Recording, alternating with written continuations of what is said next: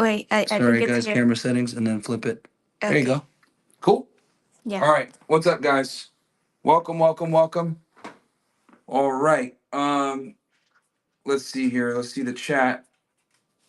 Give me ones if you guys can see me and hear me good. Give me ones if you guys can hear and see me good. And then give me, actually, you know what? Give me O slashes. Give me O slashes if we're good. Give me O slashes if we're good, guys. With audio and video. Give me O slashes. Then I'll know we're good for real. We should not be getting any problems. I connected to the Wi-Fi. I see a couple O slashes. I met a couple of OSS members earlier today. I got a gift from one. Thank you so much, brother. You know who you are. I don't want to put you on blast. If you want to reveal yourself in the chat, you can. But okay, awesome, awesome, awesome. I see a bunch of O slashes. Better, we got better everything now. Awesome. Welcome to the stream, guys. Guys, if you want to get involved with the show, just donate on Rumble or Couch Club. That's the best way. Don't do Myron Gaines X today, guys. Do regular Rumble or Couch Club if you guys want to donate. It makes it a lot easier. I haven't been able to log into the Myron Gaines X one today. But okay, so awesome. So I see good quality. I see good everything. As you guys can see, Angie's behind the camera helping out. She got me this tripod. You guys can thank her. She got this while I was in the courtroom all day. So thank you so much, Angie. You guys probably saw her in the first second. Wearing a bunch of purple helping out. Frank is here with me as well. Frank, hello. Come, Paul. You want to come? You want to come up? He's a little dirty. Come. Yeah, he's a little dirty today, guys. But he's here with me. Angie took him out to what? You took him to like a dog thing or something like that? I took him to Horton's, Horton's Cafe, Horton's Cafe. and I took him to the Central Park. Yeah. So he played with doggies. Okay, he was at Central Park and everything. So as we wait for you guys to pile in, okay, so we got good audio, good video, everything. Background's not too bad. We got some light in here. The internet should be way better. We shouldn't have any lag or anything like that. This is going to be day 2 of the trial. We're going to cover what happened yesterday if you guys missed it, and then we're going to cover what happened today. Let me see here. Okay. Okay, welcome to all you guys in the chat. I'm happy to see you guys in here. Awesome, awesome, awesome. Okay. You know anything about the arson charge? We're going to talk about that. We're going to talk about that.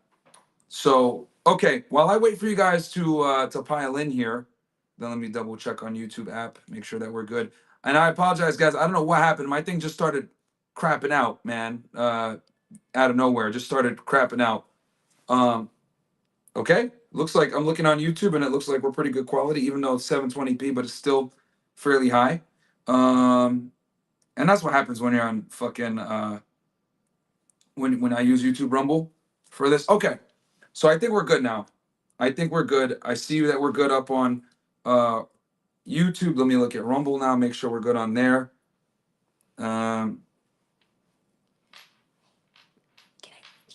Yeah, go ahead. You're good. Let's see here. And on Rumble we're good. Nicer quality on Rumble. I think 1080, you get the full 1080p on Rumble if I'm not mistaken. Yeah, you do. Okay. All right. Cool. All right, guys. Welcome to the stream, man. I wish I had a down to Marco button, but I don't. So, happy to have you guys here. Audio and video is good. You guys can hear everything, which is sweet. So, all right, cool. And I'm monitoring the chat as well, guys, to make sure everything is good. Okay. Boom. All right. Cool. Okay, guys. Welcome to the stream. Sorry for the delay, guys. I apologize for that. So, as you guys know, when you travel, internet gets spotty, gets weird. Yesterday, I went out to the courthouse area. We streamed it over there. It came in really choppy. I was not happy with it whatsoever. I was really pissed off about it. Angie was helping out, whatever, but the internet connection was just bad. So then I was going to pre-record everything for you guys today and give it to you guys, but I realized, you know what? I just got out. Let me go ahead and see if I can stream it again. I tried to stream right in front of the courthouse, and it was fine at first, and then after like 15 minutes, it just started bugging out. So I don't know what the hell happened there. I apologize for that, guys. I private that video. I'm just gonna rehash everything again on here for you guys, and we're gonna, go through it nice and systematically. So I apologize for that. I'm gonna try to, as you guys notice, as the days go on, the quality is gonna get better and better. Now let me fill you guys in a little bit on how the process works. Okay, so there's literally hundreds of reporters here, guys. Hundreds of reporters from all over the place. Australia, Kazakhstan, Spain. I've seen people from all over the place coming here to report on this because obviously this is a big deal, right? A lot of stuff going on. So, with that said, obviously all the reporters want to get into the main courtroom. However, these courtrooms here in the Southern District of New York, guys, are smaller. This is Manhattan. Everything is micro size here, right? They basically have everything small, charge you a bunch of money. That's just how it goes, unfortunately, here. So, Angie, can you turn the light back on? Yeah, as much light as possible. So what ends up happening, guys, is the way they do it is to get into the main courtroom, you pretty much have to be one of the first 20 people in line. But there's people that wait in line, bro, starting at 5 p.m. the day before. So they wait at 5 p.m., they hire them, they pay them, hundreds of dollars, and then they wait in line all night, and then they show up at like 7 or 8 o'clock in the morning, the reporter does, and takes the line from the person that's waiting there. Now, here's the thing. I actually paid for someone to get me in line, to try to get me in. I was number 36 today, and I still didn't get in the main courtroom, guys. And the reason why is because they're only letting about 20 people in. So it's damn near impossible to get into the main courtroom. Okay, very hard to do it. Now, with that said, what they're doing is if you can't get into the main courtroom, there's many other courtrooms that are empty. So they just basically put the reporters in there. It's full. They got like 4 or 5 different courtrooms full of reporters, right? And the audio is there and you can see everything on video. So to be honest with you, you don't really need to be there in person, to be honest with you guys, because you hear everything, you can see everything on video, and it's there live as you're seeing what's going on. Now, the other thing, it's federal, which means you can't bring your phones anywhere. As you come in, guys, they take your phones away and all your electronic devices. So I'm without a phone from like 9 a.m. Actually, I get there like 7 or 8.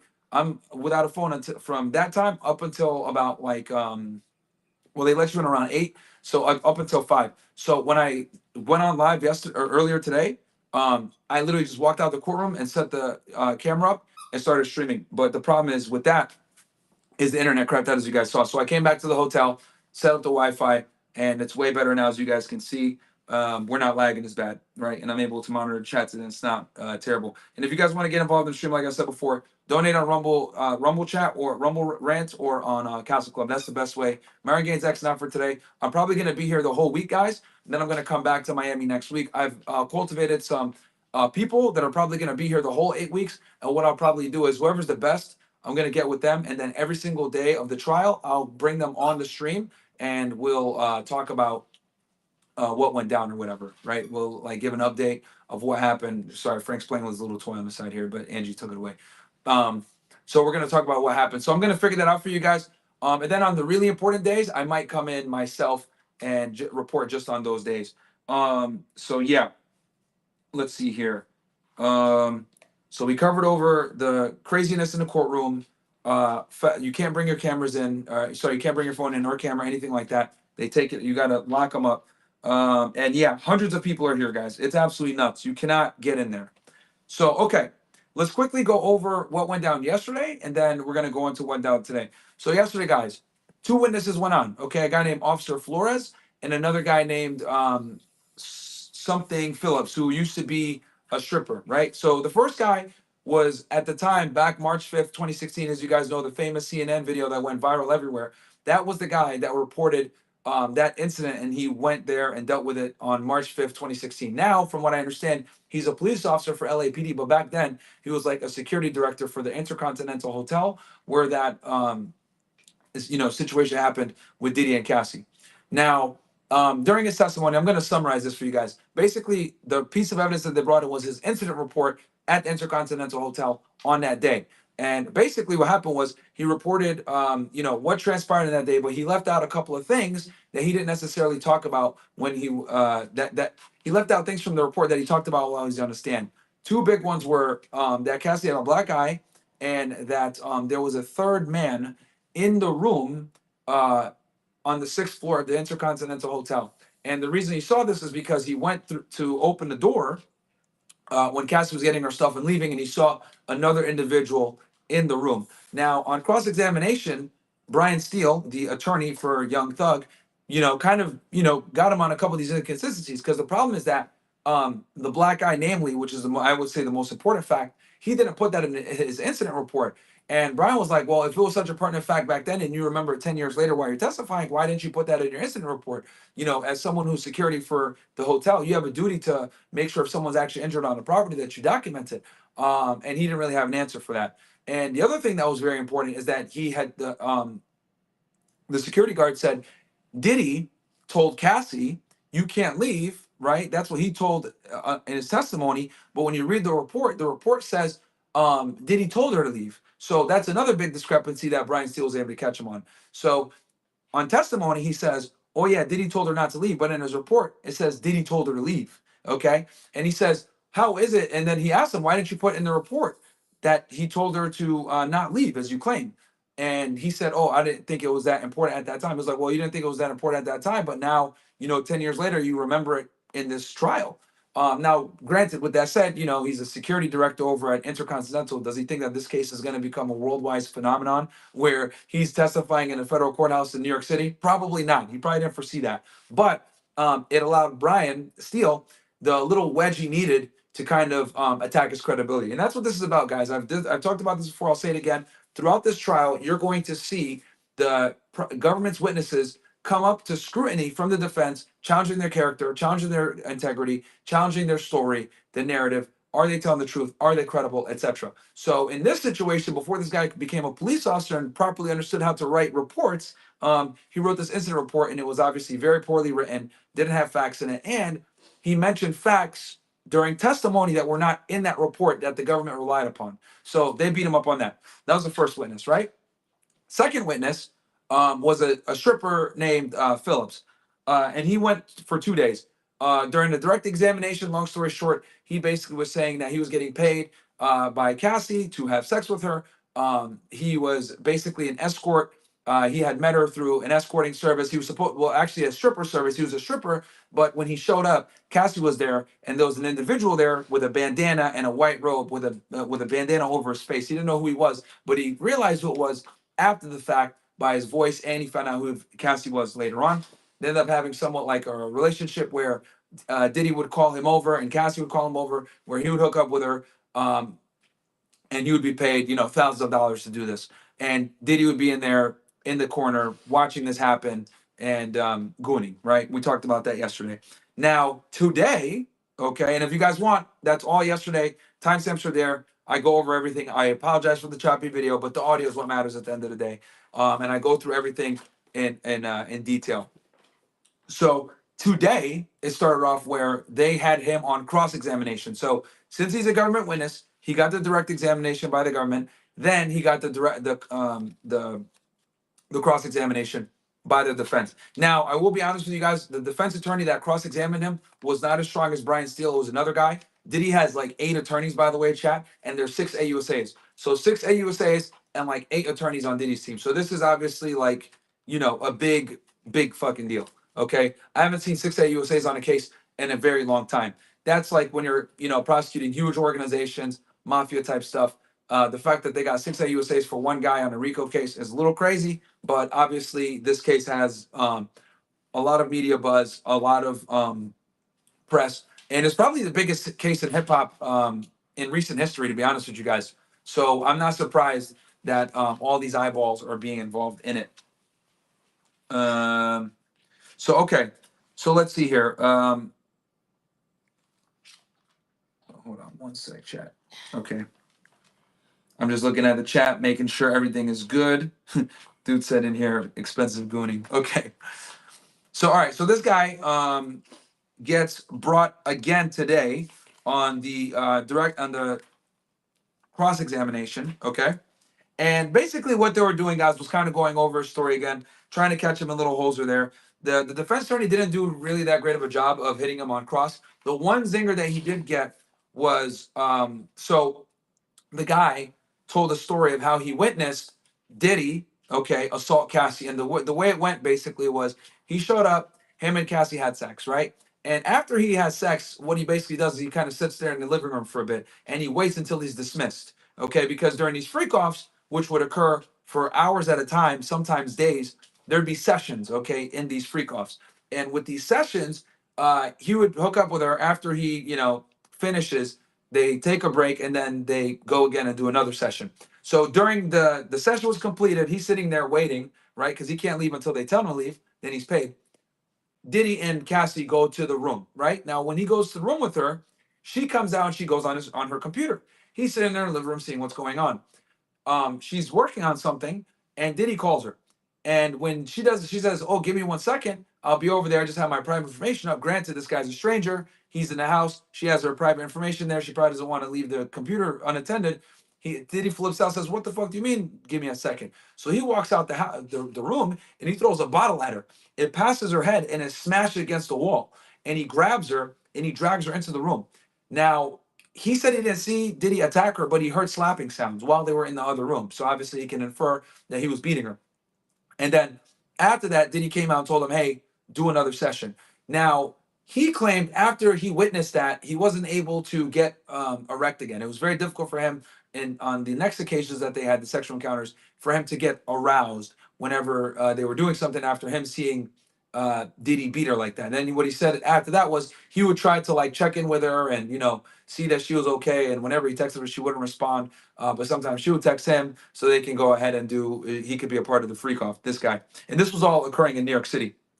Now, what the defense attorney did, shout out to With Ghost, not that he was clapping them cheeks. Okay, fair enough, With Ghost. I appreciate that donation. Now, when it comes to the defense attorney, the one good thing he did do, he said he pulled out a text message, right? And the text message was from on or about October 12th, 2012, 3 months after the assault. The stripper, or this guy Phillips, this escort slash stripper, messaged Cassie saying, "I love you niggas," right? Saying he loves Cassie and Diddy, right? Um, and he said, "Well, if you're so threatened by Diddy or he was such a bad guy, why are you saying that you love him?" Um, and immediately after he got him in that little, contradiction, the prosecution comes back and asks, right, because they got to protect their witness because he just asked them something that made him look crazy. The prosecution comes and says, "Hey, why did you ask that question of Cassie? Why did you send that message to Cassie saying I love you guys?" And he said it was a bait to see if she responds. He wanted to see her and check up on her because he said that he was concerned for her safety after witnessing Diddy do that to her, right? And then they let that witness go, and they brought on Cassie. So Cassie, and this is where I left off last time, guys. I apologize for this. Angie, can you pass me that water, please? So Cassie, guys, took the stand today. I was actually shocked that she took the stand today, because I was not sure if she was going to be one of the earlier witnesses. Because once they brought this officer and the stripper, I was like, okay, maybe they're not going to bring Cassie on so soon. They're going to bring her on later. Because when they brought these witnesses on, I was like, okay, they're building up to the most impactful witness. But Cassie took the stand today. Right now, I also do want to mention, prior to the jurors coming in and then talking about everything, it is important to note that they talked about showing the images because they had some still images and video of the freak offs, and they were debating in court how much they would show, what they would show, and how they would show it. Would it create problems for the jury? Would it be under seal? So this was something that was brought up. And then on top of that, they also discussed if her husband can be in the courtroom as she gave this testimony, because obviously, as you guys are going to see here, it was very graphic. But anyway, they bring Cassie in at around 11 a.m. She's witness number 3. She was 7 to 8 months pregnant. Okay. Obviously gained some weight while pregnant. She's 38 years old now, and they asked her biographical information about herself. 30 years old. She had been with Diddy for about 10 to 11 years. Um, he was frequently violent with her, knots in her forehead, bruises that she had before. They showed the image of her at the Intercontinental Hotel with Diddy. She confirmed that that was her in the video and that that was Diddy in the video. She mentions the freak offs. He basically proposed the idea of freak offs to her in the first year that they met. He basically, and how we explained it to her was he wanted her to have sex with other men, and he would, kind of go into it. Voyeurism is what it was. Now she engaged with it. I think roughly a year into the relationship, he brought this thing up. And basically she described what a freak off is, which is the hiring of an escort or a sex worker, and she would perform for Diddy. Her and the sex worker would perform for Diddy, and he'd be watching them engage in sex. The performances of other having sex with other men and Diddy would watch and direct and obviously masturbate, and in some cases partake himself. Um, she did it when she, obviously, as you guys know, she was a musician. She was signed to Bad Boy. She was signed somewhere around 2000, early 2006. She put out one album and a mixtape, and she never put out an album. She signed a deal, guys, for 10 albums, but she only ended up only putting out one album, her debut album in 2006, if I'm not mistaken, and then a mixtape in around 2011. But she never ended up putting up another album after that. She said what ended up happening was the freak offs became like her full-time job pretty much, where they were having a freak off, she said, almost every week. Okay. It became a job. In the beginning he set it up, then she started setting them up. um, she said that she did the freak offs even though she didn't want to do it. She felt like she didn't have a choice. Felt that the videos that were the videos of the freak offs could be used against her as blackmail to destroy her um, career. So she complied. Also, he was hitting her, so she was scared. Um, let's see here. Took a lot of notes, chat. So December of 2023, she provided the government with broken laptops, iPhones, and iPads. Um, these were the items that she had when she was in a relationship with Diddy. Now, I do want to state here, guys, something that's very interesting in this case was the freak off videos that the government is going to use was actually provided by Cassie, guys. It was not provided by Diddy. Many think that the freak off videos came from Diddy during the search warrants or the raids, but they actually came from Cassie, and Cassie gave the government this stuff in December of 2023. Okay, so that's a very important note. Um, the AUSA handed her a drive that she initialed and confirmed that the drive had the data that came off of these laptops, iPads, and phones. Um, they went through some photos in there. There was photos of her and her best friend, Carrie, a woman named Carrie Morgan, back in 2004. She said Carrie was her best friend. At the time when she met Diddy, at the time this photo was taken, it was in 2004. She was a model living in New York City. As you guys know, Cassie is, I think, from New London, Connecticut, if I'm not mistaken. Angie, can you double check for me? Yeah. Cassie Ventura. I'm almost certain she's from New London, Connecticut, which New London, guys, is roughly 2 hours from here. Okay, not too far, right over the border in Connecticut. She signed with Bad Boy Records on January or February of 2006. She was roughly 19 years old at the time. New London, Connecticut, Yeah. right? Okay. Um, she's roughly 19 years old when she signed a 10 album deal. Again, album released in August of 2006. She released one album. And then she, obviously she said Diddy stuck by her when she started out. He supported her through rough performances in the beginning. Um, then they showed photos of her at the VMAs, at the CFDA Awards in 2006. She celebrated her 21st birthday in Las Vegas at the VMAs. And she said that at this point, Diddy kissed her for the first time in a bathroom of a suite in Vegas on her 21st birthday weekend. Um, she said that she was a new artist. She didn't really know how to respond to it. She felt a little nervous because obviously Diddy was a mogul. And just so you guys know, back in 2004, this guy was everywhere. He was making a band. He was on MTV. He was on VH1. You could not avoid Diddy in 2004, guys. Early 2000s, this guy was everywhere. He was in every music video. He was doing a bunch of remixes. He was working with all the top artists. He was involved in a lot of big music projects. He had Sean John. The guy was just everywhere. Okay, so I could see why she might be intimidated. For you Gen Zers, sorry, you Zoomers, you younger guys, you guys might not know how powerful or how popular Diddy was back in the 2000s, but he was huge. Okay, he was huge. So she felt very intimidated with him. Then she would go see him at his hotel. She mentioned one time where she went to the Trump hotel to meet with him. Um, and she got introduced to oral sex by Diddy. He basically went down on her, but she didn't go down on him. She said that she was shy and timid. He was not happy about that. Then she went to go visit Diddy in Miami. They spent the weekend together. She co-hosted a party at Miami Beach. She went with a producer named Dallas Austin and Kerry Morgan.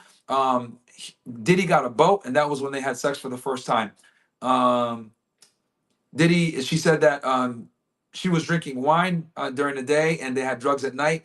And Diddy gave her ecstasy pills, blue dolphin ecstasy pills. This was the first time that she got ecstasy. Prior to this, she never had done Molly or ecstasy.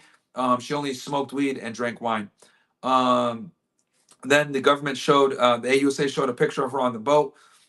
She confirmed that that was her on the boat with Diddy. They did not go public with their relationship because he was still with Kim Porter at the time. I think it was Kim Porter. Double check his wife's name. I think it's Kim Porter. I know the last name is Porter.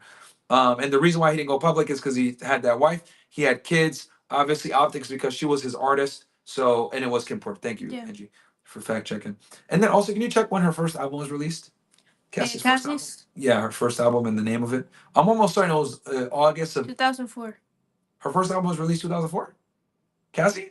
I No way. think so. Or was it when she was discovered? Hold on, let me. Yeah, she was discovered, I think, 2004. Let me. But her first album, I think, is 2006, in August. But I want to know what the name of it was in the release date. Um, so she didn't go public with her relationship with Diddy at this point. Okay, so she went to Miami. They hooked up. He gave her ecstasy. That was her first time. She broke ties with the old manager at this point. And from 2006 onward into 2007, 2008, they took trips together. They showed pictures of her Halloween with Diddy at a strip club. Taking pictures together in the back of the Rolls Royce. August 8th, 2006. August 8th, 2006. What's the name of the album? Cassie. Okay, self-titled Cassie. Okay. So what she said was, as time continued into 2007, 2008, he started to become more controlling. If she didn't answer the phone, he would keep calling, or he would send staff to go check on her. He would tell her to fix her face, watch her mouth. If she had a slick mouth, she did admit there were times where she was being a brat or whatever. They did not live together. He had her do a lot of busy work, recording music that never came out. She said she recorded hundreds of songs. Let's see. Opportunities came that Diddy did not let her participate in. If she ignored Diddy, he would call or send someone to see her, to include the security. Names of the security was, let's see here, Uncle Fonz, Dolly, Fahim Malik. Trusted associates that he had were David Jeans, Christina Coran, Neil Dominic. There were times the relationship was not exclusive. Both of them cheated on each other, but she was jealous. She admitted that she was jealous. He had a lot of women, despite saying that it's just us. So he did lie to her, saying that selling the dream. They lived in New York City during the relationship, but he got her an apartment in the West End for her birthday, so that she could be closer to him. And Diddy paid the rent. She also had a place in LA. She ended up moving to LA with Diddy because Diddy moved to LA. Once again, she had her own place. He had his own spot. And he wanted to be closer to his kids. That's why he moved out to LA, because his kids were out there. Diddy lived in 200 South Mapleton, LA. It was a mansion that he rented. He would show up unannounced at her place sometimes. She recorded hundreds of songs while with Diddy. Some got released, some got leaked, but some never got released. Like I said before, one album, but no, the other 9 albums never got done. And she only put out a mixtape in 2011 or 2012. Let's see here. The freak off, she said, became a job. That's why she couldn't record music as much. And she was spending a lot of time where she was partying for days, doing these freak offs, doing drugs, drinking alcohol. She'd be having sex with these escorts. Sometimes the freak offs will last 36, 48 to 72 hours. She said the longest freak off lasted 4 days, which is absolutely nuts. Hold on, chat. Just getting some water. I'm looking at you guys in the chat. You guys are going crazy. With Ghost Again says, between Cassie and Jack Doherty's girl today, I'm just convinced women have no agency and they need to go back in the kitchen with Pill 19.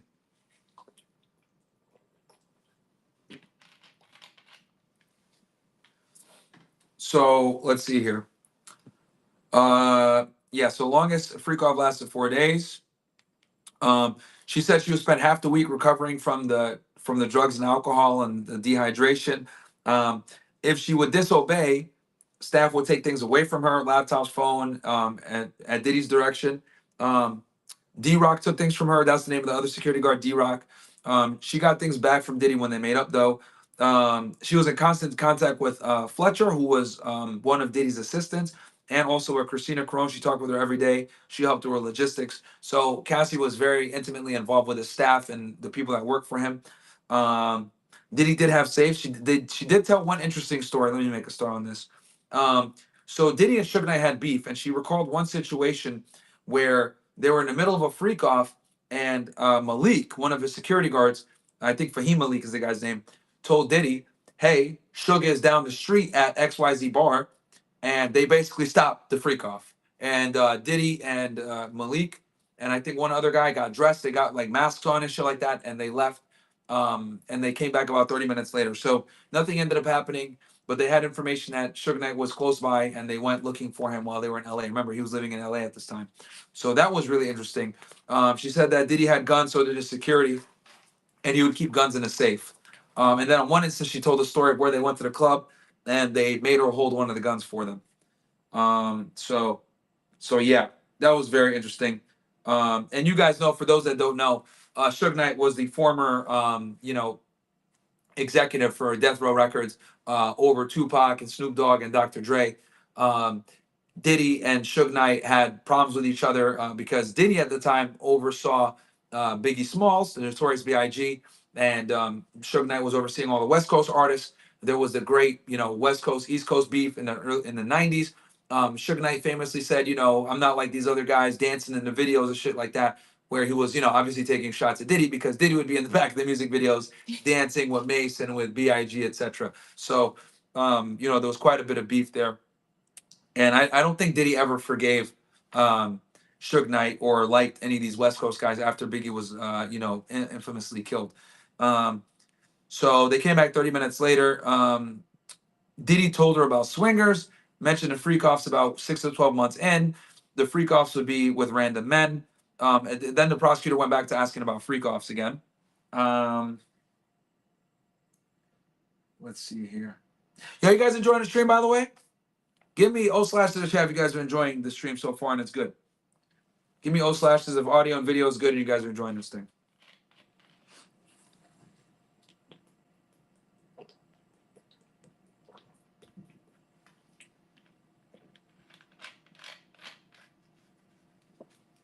It's good. Awesome. Yeah, I'm taking. I took really good notes for you guys. I took really, really good notes for you, ninjas. So, y'all make it better like it. Also, guys, do me a favor. Like the video. Like the video for me. Okay, let's get back to it. I love you guys. Okay. A shout out to Angie, monitoring things behind the scenes, making sure it's all good. Thank you, Angie. She's been great, guys. Truly, one of the best ladies ever. Best women. Taking care of Frank, you know what I mean, letting me do my thing and work, and so thank you so much, Angie. And she got me this little I'm using a tripod right now that she got. So okay, so let's get back to it. So after they talked about the Suge Knight stuff, they went back to the freak offs. So they went back to the freak offs. So the freak offs would be with random men. He asked about the freak offs about 6 to 12 months in. The abuse happened first, then the voyeurism. So he started abusing her first, then the freak off stuff started happening. She was 22 when the freak off started, which makes sense. That jives because they met when she was around 19. She got with it. She started having sex with him about 21. That led to them having a relationship. 2007, 2008 or so. The freak off started at that point. So within 1 to 2 months, they did their first freak off after he told her about it. The first freak off was at his house in LA. They took ecstasy and drank alcohol. They shared a photo of escort one. Okay, so it was like some nigga with braids, which is crazy. And I will tell you guys, it ended up being a lot more of these escorts. So she said how when she would do these freak offs, she would wear a hustler outfit, high platform shoes. She also wore a mask. So in the beginning, guys, they like would wear these masks. Her and Diddy wore these masks, like on some masquerade type thing. So she had 2 sexual sessions with the escort and the first freak off. She did another freak off and didn't feel like she could say no at this point. The freak offs were weekly for years. That was interesting. Weekly for years doing freak offs, guys. The last freak off was in 2017. So, guys, do the math here. They get together in 2006. She has her birthday is Angie, can you check her birthday for me real quick? Cassie's? Yeah, because they started their relationship pretty much once she turned 21. And once she turned 21, that's when they started having a relationship. And she said that the freak offs happened about a year later when she was 22. So this puts us at about 2008. She said the freak offs lasted until 2017, chat, and roughly every week they were having a freak off. August 26th, August 26th. 1986. 1986. Okay. So she turned 21, 1986. This is probably like 2006 now, 2007-ish. So she started dating him in 2007. Yeah. 2000, no, 2006 Well, it says here from 2007 to 2018. is when she was with him? Mm-hmm. Okay. Well, maybe that's when they had sex. But the point is that either way, Frank, stop.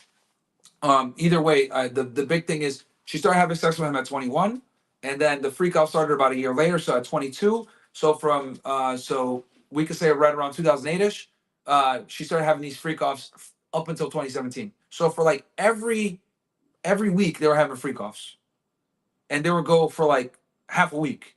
That's crazy. Crazy, man. Um, Now, granted, I will say, guys, that they were on and off for this 10 to 11 years. They were on and off. So is it every single week up until 2017? No. But for a significant amount of time while they were together, she was saying they were having a freak off at least every week, which is wild. Let's see, and they lasted until 2017. Let's see here. There was always Molly, MDMA. She took Molly, MDMA, cocaine. They helped her stay up because sometimes these freak offs would go for a long time. Diddy decided when the freak off started and when they ended. Um, when the prosecutor asked her, "Did you enjoy the freak off?" She said she only enjoyed it when it was one on one because basically she would hook up with the escort. After the escort ejaculated, she would spend time with Diddy one on one. They'd go into another room. Um, and then she said that she could not get one-on-one time with Diddy otherwise, which we're starting to see a trend here because this is what the prosecution said also with the other one, Jane, the other victim here that's going to be another star witness for the government, also said that she couldn't get time with Diddy unless they did the freak off. Um, she said that when they did talk or she tried to express herself, Diddy dismissed her. Um, this was really crazy. So chat, get this. So Cassie and him had pet names for each other. So he called Cassie Cece for Cassie Combs, right? And she called him Pop Pop. And that was the nickname that she used for her grandfather. And Diddy wanted her to call him that, even though that was what she referred to her grandfather as. So sick. Yeah, it's really weird. No. Like everyone in the courtroom was like, what the fuck? So yeah. So he called her Cece for Cassie Combs, and then she called him Pop Pop. Because she wanted to call him something that no one else called him, and he wanted the name that she used for her grandfather, which was a little weird. Sick. Yeah. So she sent him a message. I really want to fuck. The government so the government showed text messages. So during this testimony, guys, they would show text messages between her and him, and she sent him a message saying, "I really want to fuck." And she claimed that she didn't want to have sex with the escort. She only wanted to have sex with him. And then Diddy sent her a message saying, "Hey, now you don't want to do that anymore," referring to the freak offs. She backpedaled after he sent this text because she was scared. She mentioned how they started the freak offs with masks.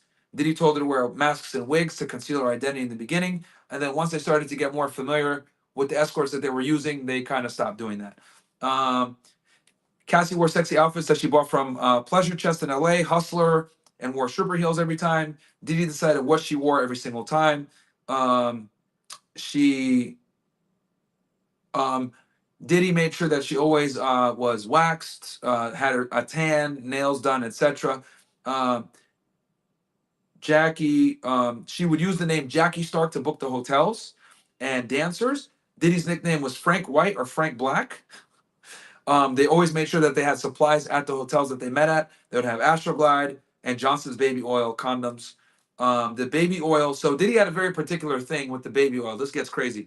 He wanted the baby oil so much that they were glistening. Okay, they were applying this baby oil every 5 minutes, according to Cassie. And if they weren't shined up enough, he would basically tell them, "Hey, stop what you're doing. Put on more baby oil. You're a little dry." And he would literally stop whatever they were doing if didn't have enough baby oil. He wanted them glistening. Okay, so she said this led to them pretty much always having to put baby oil on. They had so much of it all the time, and it got to a point where she even had to direct sometimes to put the baby oil on, or the stripper had to put the baby oil on, and he'd be watching as they put the baby oil all on each other. At least they have great skin. What was that? At least they will have great skin. Um, so, and then one time she mentioned a story where they had a pool of baby oil, an inflatable pool, and they filled it with baby oil, and she jumped in there with her lingerie and stuff on. Very weird. Um, the freak offs were so they were candle lit. There was a very specific way that Diddy wanted the freak offs to be. They'd be candle lit. They'd light up like red lights here, blue lights, sometimes green lights, all different kinds of colors. And you'd have the room set up in a certain way with the baby oil and stuff. And a lot of the times the assistant would set this up in a certain way, but he had a very particular way that he wanted it. Um, let's see here. The freak offs were always warm. The room was always warm. There were red lights. It smelled a lot like the Glade candles. He would have a bunch of these Glade candles there. Um, uh, she had freak offs even during her period. She mentioned how they would mess up the room a lot of the times. There'd be body fluids, sometimes her blood from the her being on her period. The baby all over the place. She mentioned how they would often get charged at some of the hotels a bit because they would fuck the hotel up with the linens. She would always have to get off extra linens and extra towels. And a lot of the times there'd be baby all over the place and other stuff. She said that one time uh, Diddy and another guy urinated on her. And one time she choked on the urine. The guy urinated in her mouth. Um, yeah, I should have warned you guys this is going to be graphic. I'll let you guys digest that one for a second while I drink this water. Oh, I don't even want to drink this water now, but yeah. He would Diddy and a stripper urinated on her. And then one time they urinated in her mouth. Anyway, yeah. So at the Intercontinental Hotel in New York City, oh yeah, she said at the Intercontinental in New York, one time they fucked the room up so bad that they charged them a lot of money after the fact. Um, let's see here. When the prosecutor asked her what type of men did he want, she said he wanted black dudes with big dicks. Um, she said that Diddy would get the escorts from a place called Cowboys and Angels. It was an escort service. They would also use Backpage and Craigslist to source the escorts. Um, she talked to a guy named Garen from Cowboys and Angels. That was one of the contacts she spoke to that would get her the male escorts. Um, and when the escorts would show up for the first time, her cover play was to say, "Hey, me and my husband are into voyeurism. Don't worry, he's not gay. He's not going to touch you or anything like that." Which kind of lines up with what the other escort said, or slash stripper. He was a stripper that turned into an escort, where she would tell the guys that it was voyeurism. He was into that. The escorts were paid somewhere between $1,500 to $5,000 to $6,000. She often paid the escorts, but sometimes Sean gave her the money. Sean paid them, or the security did it, and then the security or the assistants would bring the cash money. They had a female escort 1 to 2 times. Let's see here, but it was mostly men though. The escorts. Okay, so there were 6 different escorts. Chat. There was one guy that was unnamed with the braids that I told you guys about before. There was a guy named Dave, aka his real name was Clayton Howard. There was another escort named Daniel, another one named Jules, another one named the Punisher. She didn't know his name. His name was literally the Punisher. And then another one named Johnny. Now the escorts that they used the most was a guy named Jules and a guy named Clayton, aka Dave. Now it's important to note Jules is the one that was allegedly there in LA when that event happened on March 5th, 2016, where Diddy attacked her. Okay. And this is the same guy that now I will tell you guys this, Jules, from when I looked at him, because they showed pictures of him. Most of the guys were black. One guy was Latino. This Jules guy was a lighter skinned black guy. So Cassie also said that she used drugs at all the freak offs to numb herself. Diddy also used drugs at the freak offs. There was text conversation about the escorts and Cassie using drugs. She used MDMA and ecstasy to make her because she made her feel euphoric. She often got sick from the drug use though. She would often vomit, and Diddy told her, "Hey, keep going." And so she would go to the bathroom and vomit, and he would say, "Nope, keep going." Um, Despite her feeling sick. The drugs that she used cocaine, ecstasy, MDMA, weed, shrooms, and GHB. Those were the drugs that she used during these freak offs. Let's see here. What else? So the session would begin. So okay, now we're gonna get into how the sessions began. Okay. warning, it's gonna get a little weird here. So brace yourselves as I get some water. It's gonna get weird here. So I'm gonna describe to you guys how the sessions would actually happen.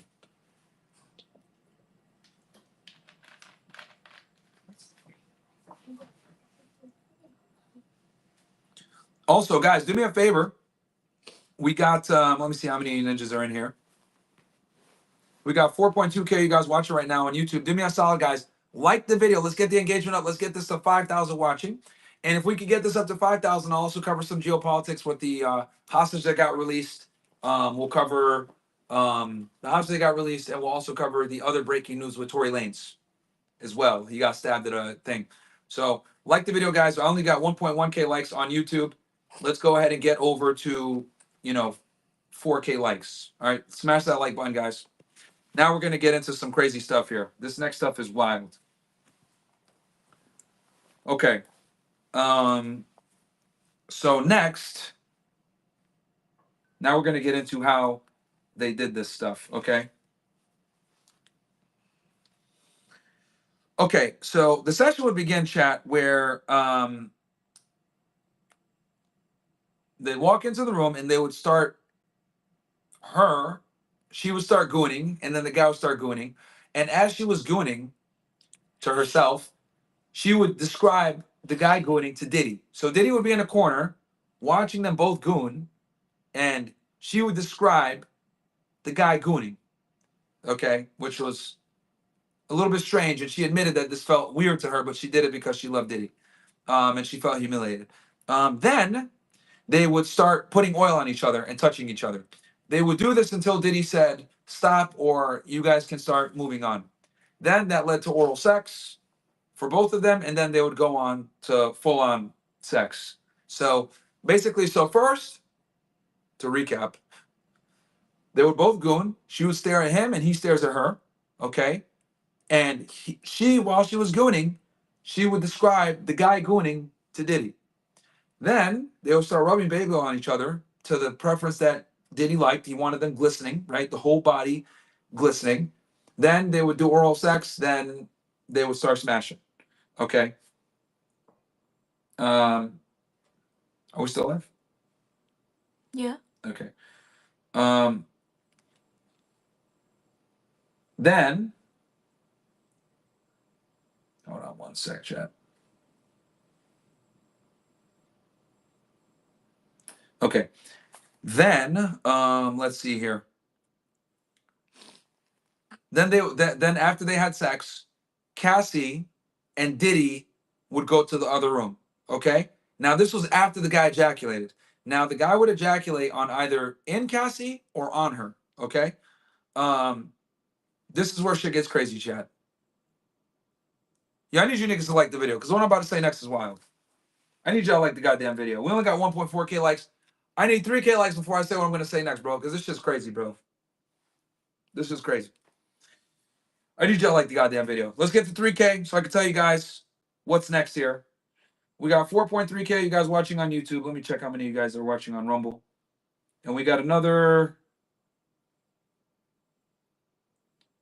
1.6K you guys watching on Rumble. Do me a favor. We need 3K before I say this shit, bro. Bro. Even I'm uncomfortable with this shit.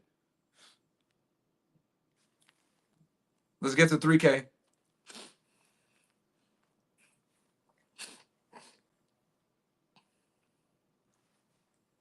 Like damn video, ninjas. I see we're at 1.7. Let's get to 3K. And then I'm gonna reveal this thing here. Holy. This shit is crazy, bro. I will be here while we wait for you guys to get the likes up so I can finish telling this crazy ass story. I'm gonna be here all week, chat. I'm gonna try to get into the main courtroom tomorrow. I might got a hookup for that. And then also Angie is recording stuff behind the scenes, so we're gonna give you guys a vlog as well from this. So stay tuned for that. Angie will edit it up, and then I'll throw it on the channel for you guys. Because I got a couple vlogs. I'll probably put it on Castle Club first, to be honest with you guys. Castle Club, love you guys. You guys are gonna get it first. Then I'll put it on YouTube after. Which we also got another vlog. Don't we have a behind the scenes with Vitaly? Yeah. That we need to put out? Okay, let's edit that and let's get it out to let's get it out to them after, and then I'll post the other vlog, the first one that we edited. I'll put that on YouTube. But let's get that Vitaly one out to Cast Club, You and sure then you want to do that? yeah. Edit it and let's put it on there. Or actually, I thought you already edited it, but we just need the. Don't we just need The the subtitles. subtitles? Yeah, edit that one, Angie, because you did a good job on the first one. They enjoyed the first one that you did. So let's edit the second one and then get it out there. All right, we got 2K, guys. 3K likes so I can reveal this shit because this shit is wild. We got some real fucking reporter shit here. I took a bunch of notes for you guys. So, and I'm gonna be here all week. I'll probably stay, like I said, all week, and then I should finish Cassie's thing. And then once I find somebody I like at her that I trust, what I'll do is I'll bring them on the stream when I'm back in Miami. And every single day that I do the debrief, I'll dedicate like a portion to the trial recap for you guys. So you guys are still gonna be able to get all the real time stuff from the trial. There, real time. And I'll once I get the guy, someone that I trust. Let's go, guys. 3K likes, man. 3K likes, ninjas. 3K likes so that we can go ahead and go into this stuff and because what I'm about to tell y'all next is crazy. This shit is crazy, bro. I was fucking shocked. I was really shocked, man. And shout out to the quality is good on this thing. 3K likes, guys. We got 2.1. Which, by the way, shout out to Angie for booking this room. You guys can see, guys, a pretty good view in the back. You guys can see the Empire State Building and shit like that in the back, right? We're right here in Manhattan, right now, not too far from Chinatown and shit. So not a bad view. So shout out to Angie for booking this. We're at 2.2, guys. Let's get to 3K, ninjas. 3K. 3K. I've been busting my ass for you guys. I'm in here in the court, half asleep and shit, tired as hell, feel like crap. Still going though. No brakes on the train, cause I love you, ninjas. Right? Did you eat today? Huh? Did you eat today? Yeah, I did. I ate a little bit earlier. So.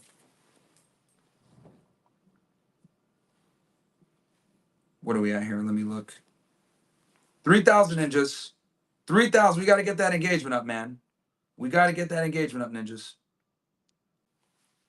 We got to get that engagement up. You guys are not going to get better analysis anywhere else than here, because I used to actually do this shit. I can't wait until the law enforcement starts testifying too, actually. I'm really excited for when the law enforcement guys start testifying. All right, we're at 2.3. 2.3. All right, get the 2.5, guys, and I'll give it to y'all. I'll give it to y'all at 2.5. 200 more likes. Smash that like button. You guys know I'm demonetized, but we're still out here cooking, coming out here to New York, giving you guys live streams, right? We figured out a way to make this thing work, even with the fucking, of course, there's sirens going on and stuff like that, of course. I got recognized today. I wanna say hi. You got recognized? Oh yeah, actually someone came up to us and recognized us both yesterday. We got that on the vlog too. Yeah. Shout out to all you guys No, supporting, this man. guy scared the shit out of me. What do you say? Well, he was, cause he stared. He like kept walking by my side, and he was just staring at me, and I Always was being a like, weirdo. and I was like, just stared at him, like, and he's like, "Are you Angie, Myron's girlfriend?" I was like, "Yeah." What the fuck? And he kept walking. And he didn't say nothing. He didn't say hi or Like, nothing. no, he was like, "Are you Angie, Myron's girlfriend?" And I was like, "Yeah." So he said, "Are you He was Angie like, Myron's "Oh, girlfriend?" okay, cool." Here, And you he's can like, turn on a mic and put it on over there so they can hear you. I have another one over there. Turn the other one on so they can hear you in the back. Okay, let me read some of these chats while we wait for this. "It's okay." With Ghost says, if I'm her husband listening to this and hearing all this, I'm walking across the hall and filing divorce. Bro, I'm telling you, I think they didn't want him in the courtroom chat. The Punisher, could it be our CC guy? No, I don't know if it was him. Mind your husband is there. Yeah, I think they were trying to get him to not be there, chat. Rocky79 Sword, yo, nice meeting you, bro. You the man. Show off the gift if you want. It's on you, bro. Enjoy New York City. Okay, I didn't want to. Can you pass me a little envelope behind you? While we wait for the likes to get up. Let's get to 3,000, guys. I'm going to start back up at 2.5. It's like a little envelope right behind you. Yeah, I saw it. Shout out to Rocky79 Sword. I signed his book, and he came up to me while I was streaming. Oh, it's right there, I think, behind you. Oh, yeah, there you go. Yeah, I'll show off the gift, bro. So, bro gave me Rocky came up to me and he gave me these gifts. Shout out to you, Rocky. He gave me this Vegeta sticker. It's a bunch of stuff that I like. The USS Liberty, never forget. A Pikachu, okay. A Blue Eyes White Dragon. The White Ranger, the best Ranger. Um, cross Christian. I think this is Christian stuff. You know, because he actually he found me, then he found Nick, then he found Zerka, and he turned to Christ. He became religious. So shout out to you, bro. I'm glad that you found God, and if I was able to help you with that, shout out to you as a graper. And No Holds Barred. Is that a Power Ranger? Obviously, the graper with the holding the cross, America first. Shout out to all my grapers, man. I told you, like, you guys are a part of the OSS, man. He has some America first stickers. Bro made a sticker of this. Your body, my choice. The Nick tweet. uh, so shout out to you, bro. Gave me a bunch of stickers here. That was a This Power Ranger? Naruto. The White Ranger, yeah. Because the White Ranger, not the Black Ranger. And then Super Mario Kart. So I appreciate the gift, bro. It came right up to me while I was streaming with my book. And I signed his book and he gave me this gift. So thank you so much for that, Rocky. I appreciate it. I didn't want to say anything unless you gave me the permission to, show the gifts and shit, show who you are. Because I really do value this stuff. Andrew will tell you guys, I keep all y'all gifts. Yeah. I keep all your guys' gifts that you guys give me. It really does mean a lot that I can impact somebody and you guys like take the time out of your day to like give me something. And thoughtful too, So shout out to you, Rocky. I appreciate it. I'm glad that I met you today. Even though I was like pissed off and I was like in a rush because obviously the stream had just shut. Because he came right up to me after the stream fucked up. So, but shout out to you for giving me the gift and making it a bit better for me. WNJ.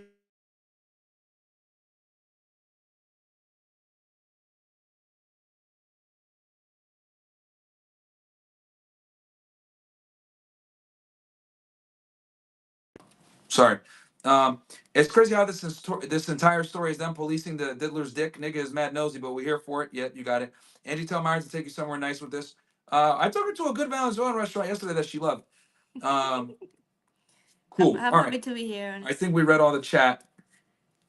Let me see here. Let me make sure that we're. Just really happy to be here. Yeah, Angie's happy to be here. Okay. All right, let's get back to it. All right, we got 2.6K likes. Good enough. Let's get to 3,000, guys. I'm going to keep going, though. This is crazy. Okay. So, to recap.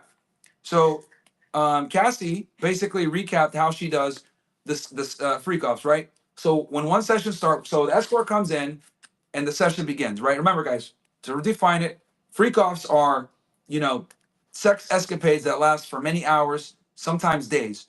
But within the freak offs, there's what's called sessions. And in the sessions, pretty much every session would begin like this. So escort comes in, they begin the freak off. Diddy's in the corner kind of directing it and watching it. She is gooning, he is gooning, the escort, and Diddy is there watching them as they goon.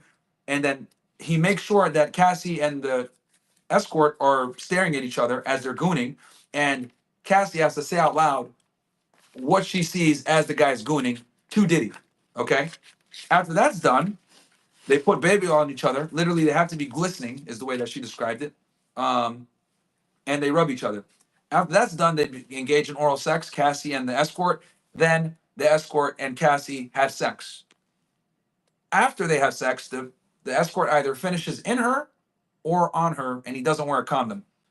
Then Diddy and Cassie go into the room, and she would take the semen and put it on his chest. Yes, I know. She would put it on his chest. She would want him to put it on his chest or his On nipples. his chest? On Like his chest Diddy. or his nipples. Diddy's chest or his nipples. The semen. The other dude's semen. So yeah. I'll let you guys kind of take that in real quick. Yeah. Yeah, bro. Yeah. I know. So now this is interesting because what I will say is this.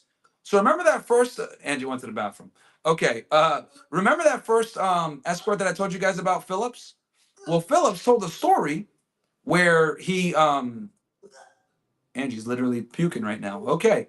So Phillips told this story where he was having sex with Cassie and he couldn't come, right?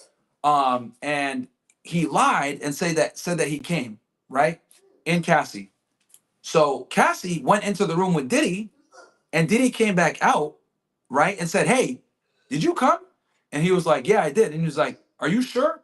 So he kind of knew that he didn't come in her, and that's kind of where I kind of made that connection. Like that's kind of weird because he came back out and kind of pressed him for not coming in her, right?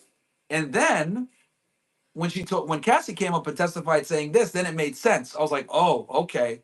So after the escort would ejaculate, they go into the room and then she would rub the semen on him. Now, with that said, that makes sense a little bit because she did it and the escorts never saw it. Okay.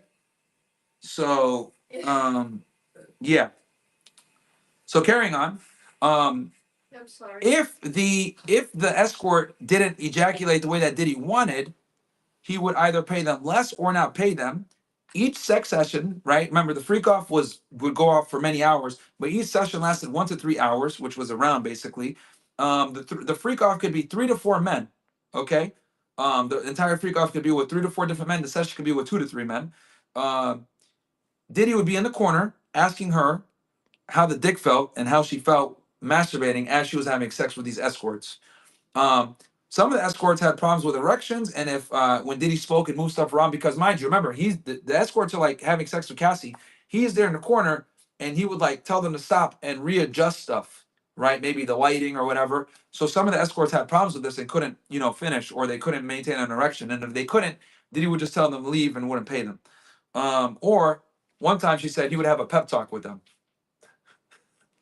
if they couldn't like maintain an erection. He would have like a pep talk with them. Yo, this shit crazy, man. His family was there today too. I don't know if his family. Yeah, yeah, some of his family was there. So yeah, so so sometimes you'd have a pep talk with them. Sometimes you would kick them out. Um, yeah. Um, he would give them. He would also, if they had issues with staying hard, he would give them Viagra, or he would also give them Cialis. He also gave Cassie Cialis and Viagra as well.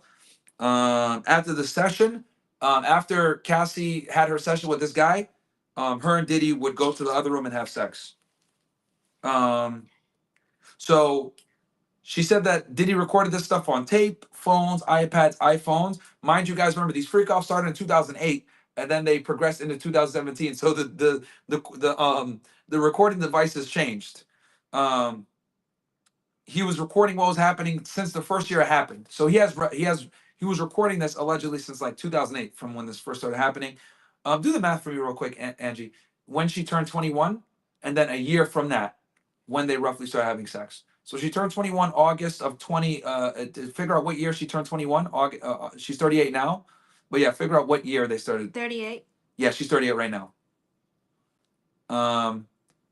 Yeah, so just do the math for me and figure that out. Okay, what year she turned 22? Okay, let's see here. She said that she didn't want to be recorded, but Diddy said it was for him. She watched the videos again with Sean sometimes when they were having sex. The recording was on her devices because they were there. If she saw the vid, she would delete them. She asked Diddy to delete them, but she's not sure if she deleted them. But if she saw them, she would delete them. And then she did say on March 5th, 2016, as you guys remember, the famous video where they were fighting.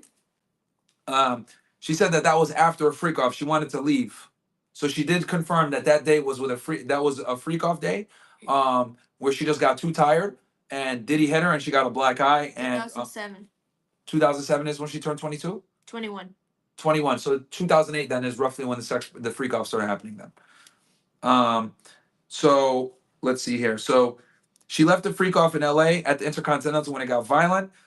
She went along with the freak off to be able to attend a premiere. So she claimed that she had a movie premiere. Angie, can you look up what movie she might have done in 2016? Movie premiere. Type in Cassie Ventura movie 2016. She said she had a movie premiere the following Monday. And it was roughly a Friday when they did this freak off on March 5th, 2016. And she just wanted Diddy to be happy so that she could do this premiere. But the freak off got violent. She hit her he hit her during the freak off. She got a black eye.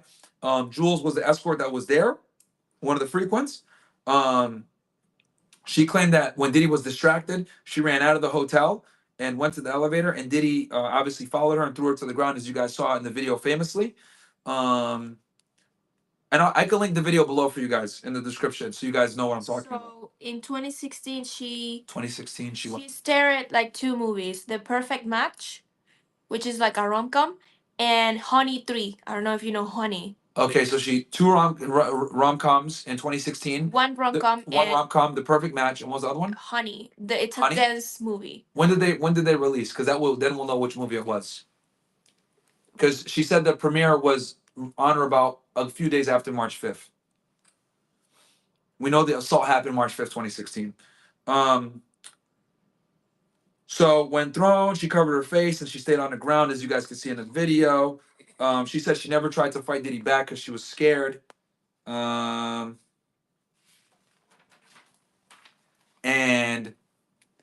she picked up a phone to the Intercontinental when Diddy was back. And that's where the testimony ended, guys. They ended it there. It hit 5 o'clock and they ended the testimony there. But yeah, guys, that is a summary of her testimony and the stripper's testimony. What do you guys think? I want to see what you guys think in the chats of her testimony and his testimony. And then I'm going to segue into geopolitics and the news for you guys, and we'll close this thing out. So The Perfect Match. You have the mic so they can hear you? No, I don't know where you put that. There should be another one with the fluffy thing on it. Okay. They cannot hear me? They probably could, but This one? yeah. So I have to just turn it on? Yeah, here, give it to me. And I'll read some of these chats, guys, while I... So The Perfect Match... hold on. Let me turn this on for you. All right, here you go. The Perfect Match is started March 11, 2016. And Honey 3, Dare to Dance, got released September 6, 2016. Okay. So, what was the other one again? The Perfect Match is March 11. That was it then. It must have been The Perfect Match was the movie that she was gonna that she was worried about premiering in. The Perfect Match. Okay. The other one was in September. The other one was September. Yeah. So The Perfect Match was the movie that probably was the premiere. Okay. Yeah. She got some mic on now, guys. So you guys should be able to hear her better if she speaks. Okay. So let me see here. I'll read some of these chats, guys. I want to hear what these pep talk entails. Shit's got to be funny as hell. I know, bro. Like, hey, you got to do it better. Take that. With Ghost says, or Punisher says, on my defense, I like to point out some weirdo ass nigga out there is using my name at these freak offs. I've never poured baby oil all over or pissed in someone's mouth. I rest my case. Okay, Punisher. With Ghost said, so that's what Fresh missed out from leaving the Diddy party early. I hate these weirdo degenerate L Diddy and L Abba Haram facts. Oh, okay. Now I understand why they're calling them freak offs. Yeah. Ricky Spanish says, Myron, when you get back, can you and Fresh play 5 nights at Diddy's on stream? Okay. With Ghost, RIP Jason David Frank, the best Ranger. Oh yeah, the White Ranger. Yep. Careful out there, Myron. Libtards are crazy. I know. Angie was actually smelling your hair the entire time. Probably weirdo. Oh, the guy was too tall. Did Frank do anything? No. No? The guy he was just too tall. He was like really close. Okay. He was like 6'7" or something. He was really, really tall. Oh man. You gotta be careful. Yeah. No, but like he was just trying to see if I was actually Angie, because he was like looking at me like, is it you, you know? Yeah. Look at Frank with his little NYPD vest. I don't know if we can see Here. him. Yeah. I can Frankie? Here, I'll have him jump up real quick. He looks so cute. Frank, come up. As you guys can see. Hold on. Come here, buddy. This is his NYPD vest, guys. The police people. Even NYPD stopped. It was like, oh, that's really nice. So, you were like, okay, we see you, buddy. Frank, you want to say what's up to the people? He must smell nasty, baby. Who, him? Yeah, He smells like dog. He was rolling around everywhere. He rolled over in like wet grass, playing with another dog. Of course. Of course. He ran around too much today. Okay, Frank, sit, stay. Let me finish. Working. Stay. Okay, good job. Okay. Let's see. Someone said, "Mind you, her husband is there." I know, bro. Shit's crazy. Hold on.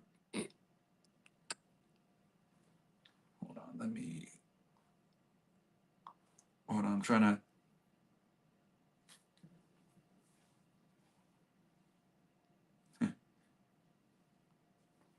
Okay. Okay. Cool. All right. So let's get into geopolitics real quick, guys.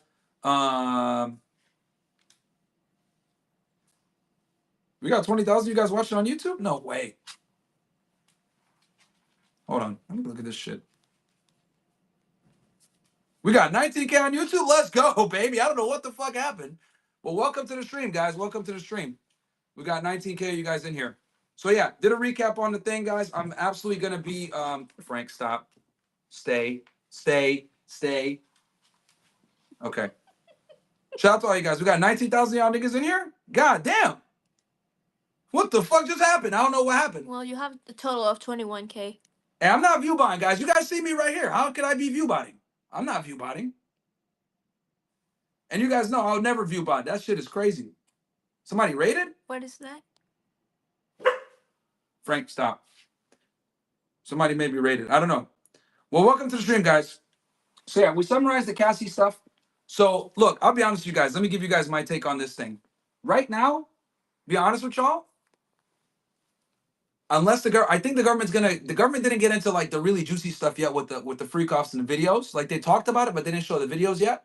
Right now, guys, I'll be honest with you. This looks like consensual sex. Obviously very perverted, very strange. But to me, this looks like consensual sex. So we'll have to see what happens. But you know, at this point, obviously the trial's still in the infancy. We have to figure out what's going to happen, what other evidence comes out. But what I predict is the prosecution is going to have her probably for most of tomorrow.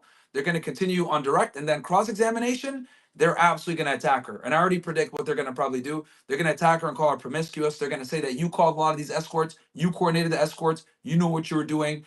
You were the one taking the drugs. You were of sound mind when you took the drugs. You decided to take the drugs. You know, you were with Diddy for 10 years. You were doing these freak offs. You planned freak offs. Because, guys, keep in mind, she was the one contacting the escorts. She was the one setting everything up. She was the one paying the escorts, etc. Now, she's claiming that she did it because she was scared for her career. She was scared for her life. He was abusing her. She didn't feel like she could get away. But the prosecution's absolutely going to attack her on that and say, look, you got to take a little bit of accountability here. Angie, is the camera straight? Yeah. Okay. So, you know, they're going to absolutely tell her, like, hey, you need to take a little bit of accountability here because at the end of the day, you're an adult. And you know, you knew what you're doing. Now, she did say during the course of the interview that of her debrief, of direct, that she was young, she was naive. She met him when she was 19. She was hooking up with him, etc. So she did say that, but I predict that on cross examination, they're absolutely going to attack her credibility and call her promiscuous, say that she's a 304, say that she was of sound mind. She took the drugs because she wanted to. She planned everything. She was the mastermind. This was consensual sex. Yes, Diddy's a degenerate, but you're an adult as well. You knew what you were doing. You loved the lifestyle. He paid for your life. He paid for your houses. You didn't have to work. You didn't have to worry about your music. She claims that she released hundreds. She put out hundreds of songs, but only some of them got released. She only put one album out. So that's what I predict the defense is going to do. And I anticipate that the defense is probably going to start cross-examining her tomorrow. I think prosecution is probably going to have her from 9 a.m. till about lunchtime. And then I think the prosecution is going to come in and start cross-examining her sometime after lunch, maybe around 2 or 3 p.m. And then they'll have her for a few hours, and then they're probably going to cross-examine her. And mind you guys, this is the government's key witness, her and Jane. So the government's case rests on them. And remember, guys, they're getting Diddy for sex trafficking and interstate sex trafficking. Basically, moving the escorts from state to state, country to country, as you guys can see, because they were in Miami, they're in LA, they're in New York City. We haven't talked about anything international yet, but I think that's going to come up later on. And their claim is that Diddy did this with the freak offs. He coerced these two women, and Cassie and Jane are the two women that basically are the main witnesses that were coerced and forced through violence and intimidation to do these sex acts against their will. Okay, so we'll see. We'll see what happens. We'll see what happens. I think it's going to be very telling what happens tomorrow. Obviously, as you guys know, I take really good notes. I'm going to make sure I give you guys the real deal on what's going on. But right now, being honest with you guys, it's me giving you guys my take on this right now. It looks like consensual sex with degenerates. Honestly, drug-filled consensual sex with degenerates, and I think the defense is going to have a big wide opening to really attack her on this stuff, because even on direct examination, she's admitting to how she orchestrated everything. She set everything up. She paid in the beginning. Diddy set things up, but then later on, she was the one contacting the escorts. Also, it's important to note the stripper, the guy Phillips that I told you guys about before, that testified witness number 2, he did admit that every time he was contacted to do these free calls, he was contacted by Cassie directly, and Cassie would contact him with maybe 1 hour's notice all the way up to 24 hours notice to do this stuff. And then Cassie also had up this guy Garen, who ran the Cowboys and Angels service, which was basically a stripper service that she would utilize to get the men. She also was in charge of getting the guys from Craigslist and from Backpage. So I think the fact that she had a role in getting and recruiting the men. Now, of course, she had to show the pictures to Diddy so that he would approve of the men. But I think the fact that she was intimately involved in the process, they're going to use that against her for sure, for sure. So we'll see what happens on that.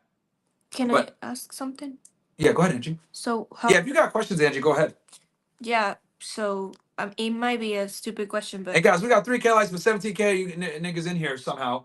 So I'm not view buying. You guys can see me. Like the goddamn video. We should get to 10K likes on this bitch. Like the video right now, man. We got a lot of you guys in here. A lot of you guys are probably new viewers.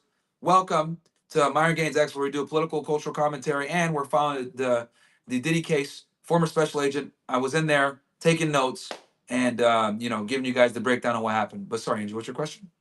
so how does a cross examination works? The cross-examine. What is it? How does cross-examination work? Basically, the defense attorney is asked questions to the government's witness, and their job is to damage the Oh, government okay. witness's credibility, catching them in lies, showing that they lack the ability to be truthful. Maybe their credibility is down. Basically, confronting them on a lot of the stuff that they testify to. So, like, that's what Brian Steele successfully did, who's Young Thug's attorney. Young Thug, the leader of YSL, he got off. Brian Steele was his attorney, and Brian Steele actually famously went to jail with him for a day because he was held in contempt of court. So Brian Steele like took his jacket off and went to jail with Young Thug for a night. Wow. And that's what made him really famous. So he was there and he cross-examined the security officer for the Intercontinental and made him look really stupid. Angie, can I get a charger real quick for this one? It's an old charger. No, USB. Not USB-C for this one. Okay, there's one. Right. Yeah, portable charger. So yeah. So he really beat him up. Let me see here, guys. Get your questions in, by the way. If you guys got questions, please get them in, because I'd like to, if not, then I'm gonna move on to the Tory Lanes and the geopolitical stuff. Doxy Thrash says DDG baby mama hit him with a restraining order. Pics of her beaten on TMZ. Wow. Hot off the press from Doxy Thrash. The nigga that was talking shit about you, Angie, his wife hit him with a restraining order, and there's pics of her beaten on TMZ. What guy? DDG, the rapper that talks shit about you. Oh, okay. Ghost says, to be fair, I can't understand Angie regardless. She's in ESL classes. Okay, nigga. Imagine what we don't know. That's from Keem Chillin. I know, bro. I know. We're gonna know more. With Ghost says, I kind of want to hear what these pep talk. Okay, we got that one. What was the diddler wearing today? He was wearing, I think, a beige. Yesterday he was wearing like a beige sweater. I couldn't really see too much, guys, because I was a little bit further from the monitor. I was more focused on listening, but I think he had another beige sweater on today. Cassie wore a tight-fitting burgundy/brown dress. I don't know why she did that, because she was super pregnant. She was like 7 months pregnant. She was about to explode. So I don't know why she wore that, but yeah. Kumon DTV says, I feel like you mentioned this before, but what's your favorite Pokemon? You always make references. Mewtwo, probably. Mewtwo. Mewtwo's a real nigga, bro. Um, let's see here. Let me look here in the chat. Guys, if you guys want to get involved, I don't have my goddamn guys, like the video, man. We still got 3K likes. What the hell's going on here? 17,000 y'all niggas in here. Stop being them boys. Stop being them boys. Yeah, W Mewtwo. Yeah, Cassie was bad back in the day. She's 38 now though, guys. She looks exactly like Jennifer Lopez. Let's see here. Dum Dum Gnome, yeah. I'll tell you guys this though. His girl could have shown those pics. It might have not been DDG that beat her. Look, I'm always gonna be you know, critical of that. Because guys, the thing is with this girl, this Halle chick, and look, this is actually to DDG's defense. Women will go ahead and put a restraining order on you like that so you can't see your fucking son.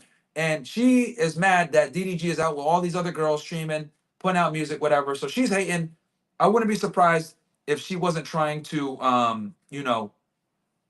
purposely get a hold of the kids, get a hold of the son, so he can't, see his kids. So, did Cassie cry? Yes, she cried one time.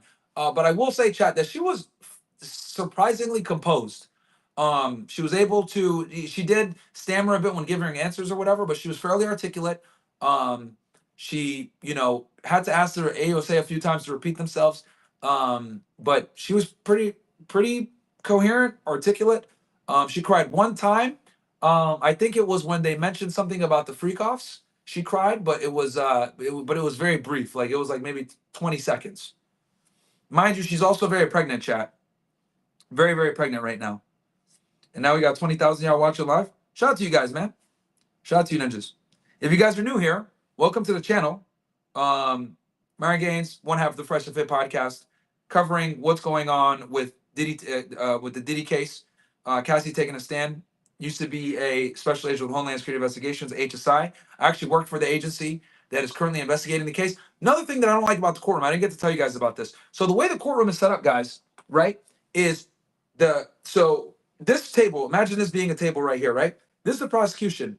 Behind that is the defense, okay? And then behind that is the defense again, and Diddy's at this table. So there's 3 tables lined up, right? So first table, closest to the judge.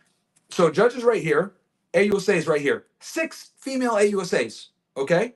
Then the table after that is a couple of the defense attorneys. Then the table after that is Brian Steele, the main defense attorney, and Diddy, okay? And a couple of other defense attorneys. So it's 3 tables. It's weird. It's not like it's supposed to be. Normally it's supposed to be on one side you got the defense, on the other side you got the prosecution. It's not like that in this courtroom. Now, mind you, it's kind of a narrow courtroom because it's Manhattan. So you know how New York is. Everything is like boxed in and smaller and shit like that. So it's really weird. But yeah, that's what's going on. Also, let's see here. What else? No, she never got pregnant by an escort, guys. She never got pregnant by the escorts, but the escorts would finish in her. And Diddy would take the semen and Cassie would take the semen and rub it on him, on his nipples and on his chest, which I thought was absolutely crazy. Absolutely nuts. And guys, smash that like button. We got 18,000 you guys in here. Welcome to the stream. Let's see here.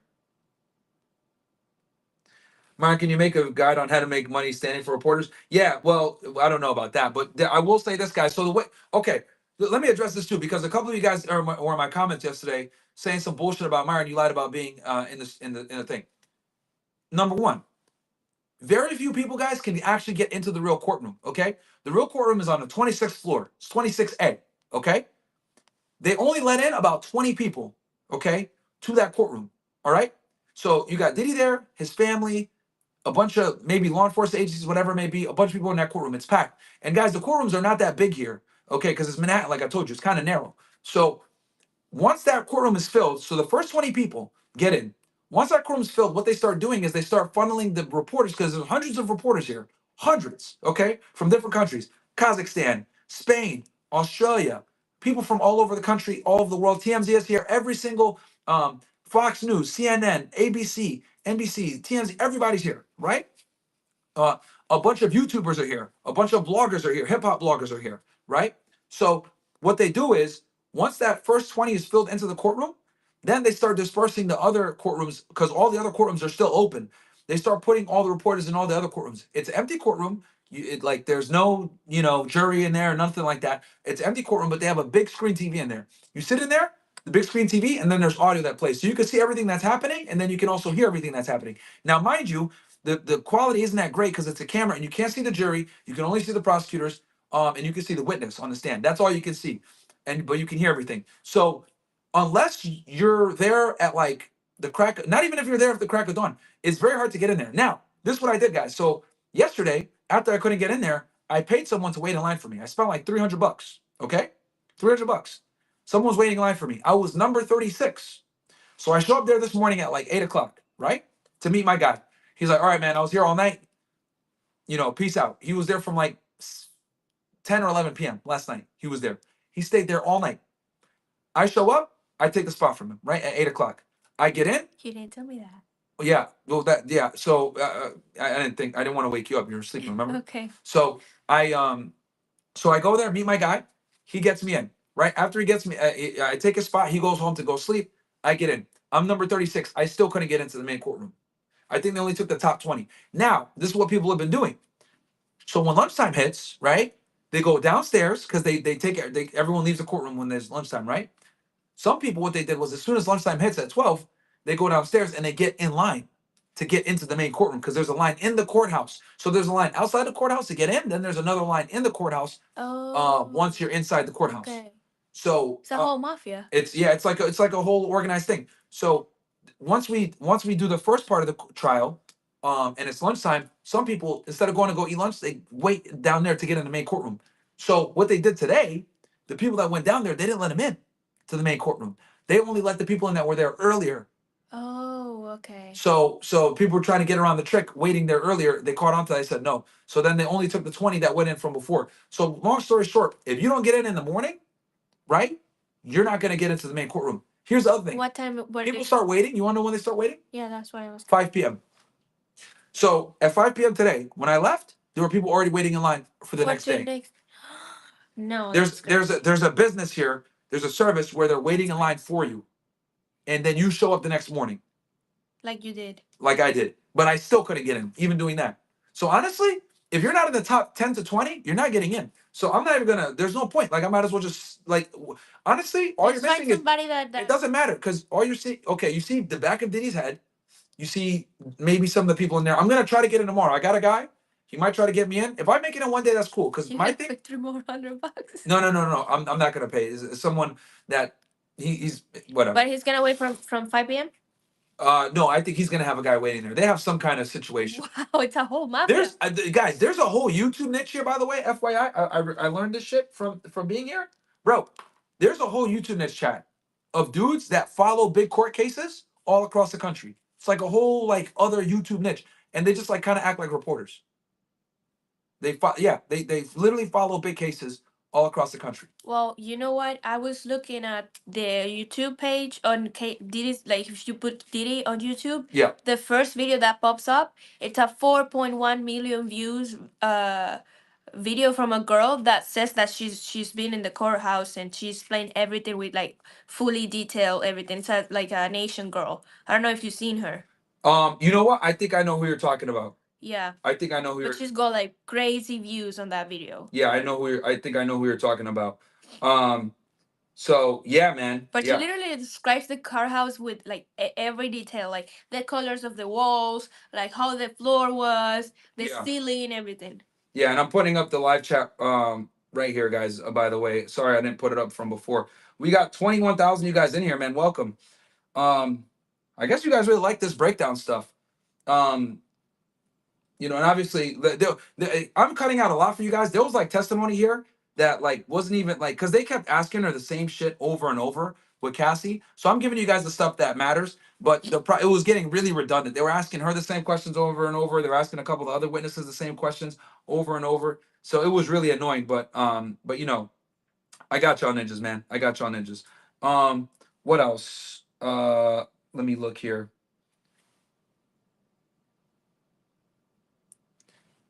I feel like you mentioned this before, but what's your favorite Pokemon? Okay, no, I read that one before.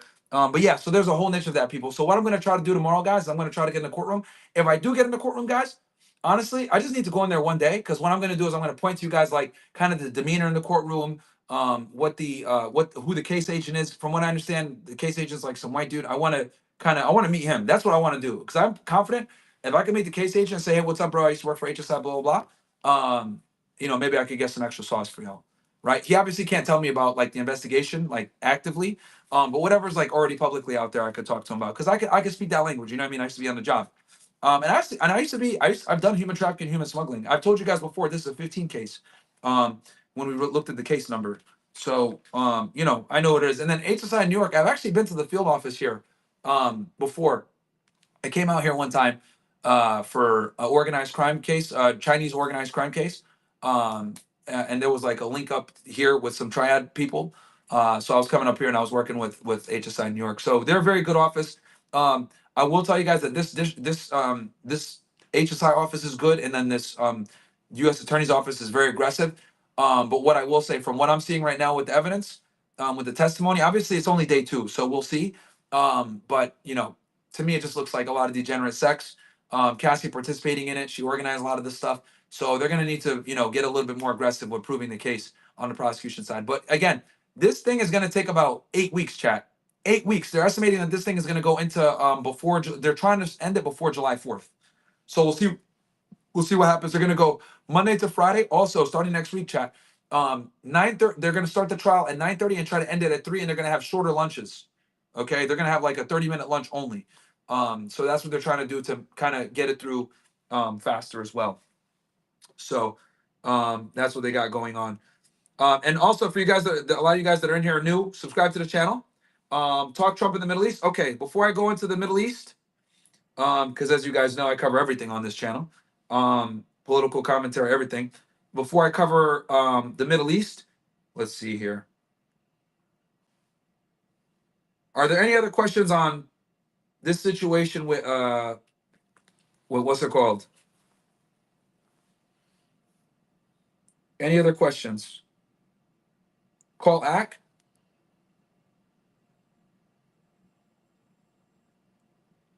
I could call him, but he's on stream right now, chat. He's on stream. Let me look. Cause he's probably gonna want me to call him on he's probably gonna want me to call him on what's it called? He's got 12,000 watching right now. He's probably gonna want me to call him on what's it called? On Discord. Let me, because I'm recording on my phone right now.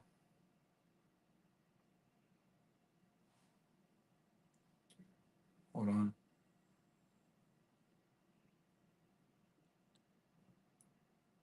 Let me see if I could damn. It's fine, bro. It's fine. I'll text him and I'll ask him if he wants me to call in, and I'll call into his show after I do my stream. That's cool. Okay. So we talked about Cassie. Let me make sure I don't have any other questions here before I segue into Trump and the hostage exchange. Let me make sure. Because I do want to make sure I answer your questions. Angie, you got anything before I switch? What questions? Yeah. Like my questions or Yeah. people's questions? Yeah. Anything you got? No, I just wanted to know the cross-examination thing. Cross-examination? But I'm gonna go downstairs grab something to eat because I'm starving. I know. No, don't worry. We're gonna finish up here soon. Okay. We'll go get food together. DDG TMZ. I talked about that. I talked about DDG. Look, I make fun of DDG all the time. I think he's stupid. I think he's low IQ, but I don't think he's over here beating on his chick. And if he is, that's some pussy shit. Yeah, he doesn't give But vibes. but he doesn't. Yeah, he doesn't give me woman beater vibes, bro. Be honest with y'all. He does not give me woman beater vibes. And here's the thing. If he ain't smacked the shit out of Ruby Rose, I doubt that he would smack the shit out of that chick. Because Ruby Rose is literally a thought, big thought. And someone, I think Zia told a story one time of how she like yanked this chain and like it ripped, and he didn't hit her after that. He wanted to, but he didn't. So if he could restrain himself there, DDG doesn't strike me as a woman beater. So yeah, bro. I think she's probably making this shit up to take the kid from him. That's what I think, chat.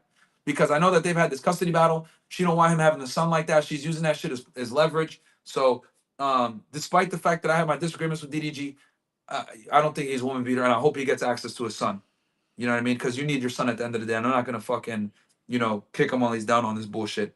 Because I think that chick is lying, bro. Fuck that shit. Me and DDG can have our problems, but I hope has access. He gets a son. I don't wish that upon any man. Um, let's see here. Okay, so let's see. Let's talk about next, guys. Let's talk about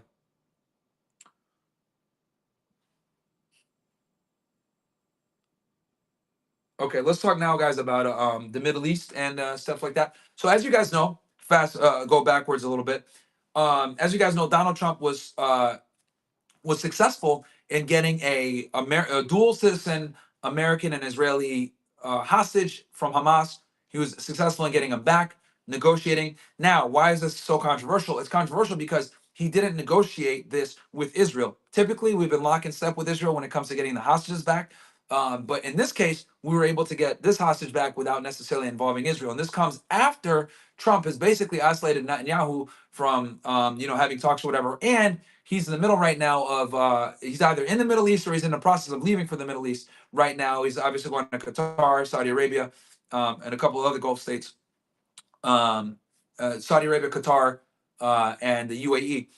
He's going to be meeting with the monarchs out there and everything else like that, about foreign policy, the wars, tariffs, etc. It's his first official foreign visit. He hasn't left the United States since he got sworn in January, and he's going over to the Middle East. Qatar gave him a jet or a big plane. A lot of people are complaining about that. Look, I completely understand how that could be problematic, accepting a big donation, a big jet like that from a foreign government. But keep in mind, guys, that Israel's donated tens of billions, even not, if not more money. And it's not just APAC, guys. There's hundreds of Zionist organizations that donate money to the United States on behalf of Israel. So look, if Qatar's going to give a jet, I don't think that's as bad as what's going on, with all the Israeli lobbying, right? Now, with that said, you guys know what I think. I think all these motherfuckers should be registering under FARA if they want to go ahead and contribute, so that the money gets, we're looking at where the money's coming from, etc. But at least with this Qatar thing, it's public. Okay, the American public knows that Trump is getting this jet, but the American public doesn't know a lot of the times about APAC and these Zionist organizations donating all the money that they donate. That's the big difference, chat. Okay, this jet getting a lot of press.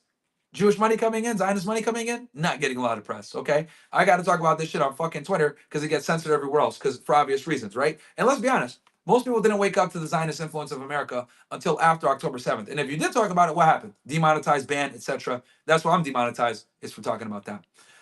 So anyway, so this negotiation is huge. Trump was able to get this guy released. Now, with that said, from what I've been told, this guy, I think his name is Adnan, he did not want to meet with Netanyahu after he got released. And I'm not surprised, because we know that Netanyahu doesn't necessarily care so much about getting the hostages back. Rather, he's more interested in using the hostages as a chess piece, as pawns in his greater scheme of, number one, staying out of jail. Because mind you, before October 7th happened, he was in the process of getting put on trial for corruption bribery charges. And number two, waging a greater war against the Middle East. As you guys know, Netanyahu wants to destabilize the entire Middle East. This is the closest he's ever come to doing it, because all of the proxies are weak. Lebanon and Hezbollah destabilized after the bombing campaign. Hassan Nasrallah, the head of the Hezbollah, has been was assassinated in an airstrike. They killed all the leadership below him, right? Fuad Shukr, etc. All gone. Syria,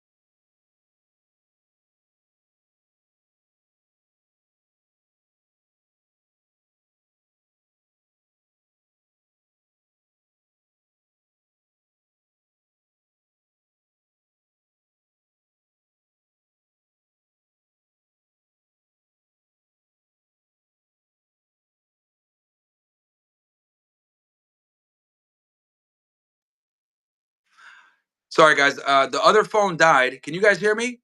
Let me look here. This is really grinding. You know, this is like live. Yeah. All right, guys. Am I back? Am I back? I'm literally on the phone here. It's a little choppy, but I'm gonna To use that one? here. Let me go. Hold on one sec. I'm gonna get on this Wi-Fi real quick. Here, grab this. No, keep it on there. No, I don't need it to put. Oh, you need me to open it? Yeah. Shit. Hold on, guys.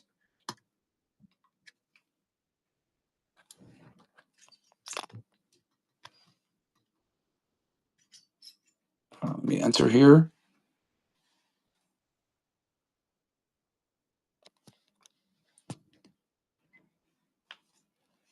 Hold on.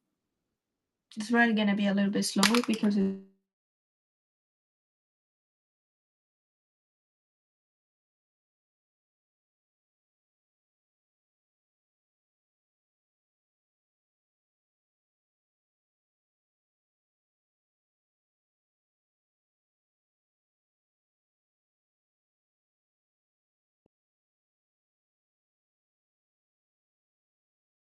Okay. I think I'm back on here, guys. Here, Angie. Put this. Here. Yep. And then I got the. Bear with me, chat. I'm gonna. Oh shit. Okay. I think the echo's gone. Oh. Yeah, I don't know why. All right, hold on, chat. Let me.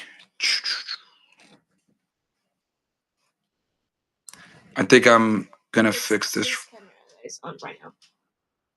Here, you know what? I know. You want me to put this one here? What's the battery in that one? 1%. No. I'll use this one. I use this one. Matter of fact, just close that camera or close that app. It's fine. I'm gonna Just did. fix this here. I already know what I'm gonna do. All right, so camera settings, bam. All right, cool. All right, so here you go. Put this back on me now. Sorry, guys. Audio. We're gonna. Okay. All right. Sorry about that, chat. And then literally before the battery dies, we'll just. Okay. Now they should be able to hear me. Test, 1, 2, 3. Test, 1, 2, 3. Hold on. I'm turning this back on. You guys should be able to. Can you guys hear me? Can you guys hear me, or is this shit dead? Okay. Can you guys hear me or I not? cannot see the chats. Test, 1, 2, 3. Test it. Let me try this. How is it looking now? No, it's fine. Just have it before, like you Like had it. this? Yeah. Okay. Yeah, it's fine like that. All right, y'all can hear me? Okay, cool. Give me O slashes as everything is good. Give me O slashes if everything is good, chat. Give me O slashes if everything is good. Give me O slashes.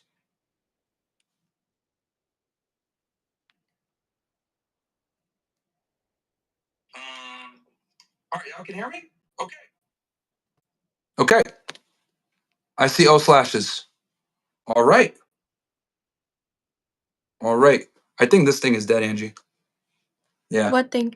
I think this The shit. microphone? Yeah, I think the mic is dead. That's fine. You wanna use the one I have? Is it on? Nah, it's dead too, I think. It's fine. Okay. Guys, give me O slashes again if it's good.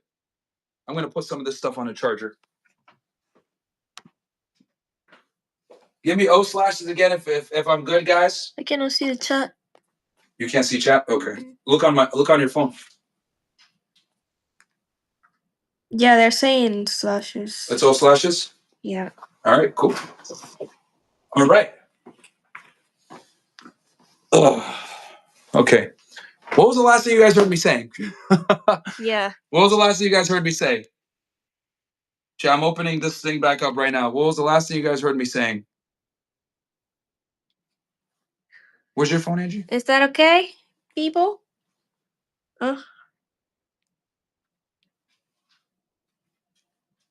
Audio's very good. Yes, yes, yes. Okay. APAC. Slashers. Damn, last thing you guys heard me say was APAC? No, what specifically? Qatar plane? Okay, what else? How they kill people in the Middle East?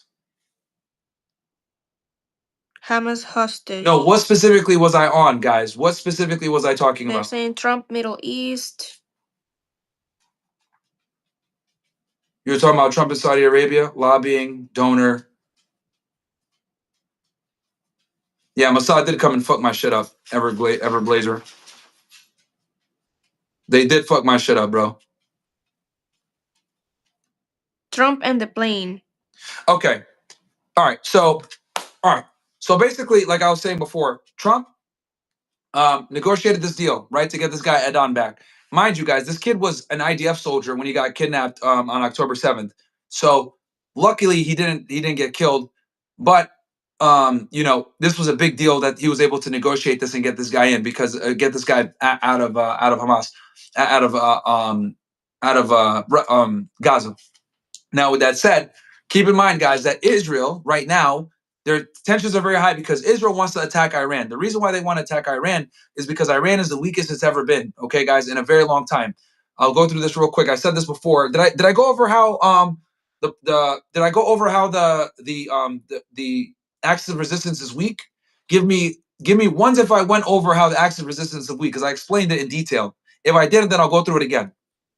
Give me ones if I went through the acts of resistance and how they're weak specifically, or give me a 2 if I didn't and the camera died. If I didn't go over it, give me a 2. If I did, if you guys did hear it, then give me give me a 2 if you guys did hear it. Give me a 1 if you didn't hear it. 2 if you did not hear it.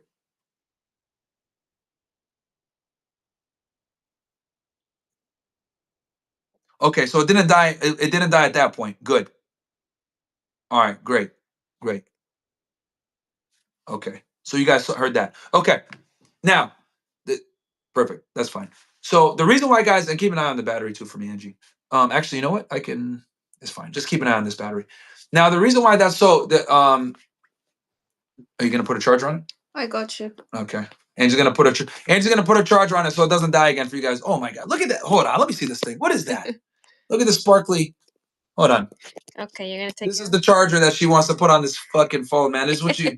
This is what we got here. This sparkly iWalk. Hey, don't insult my charger. You're saving your stream. Yeah, well, I got another wire here if I needed to.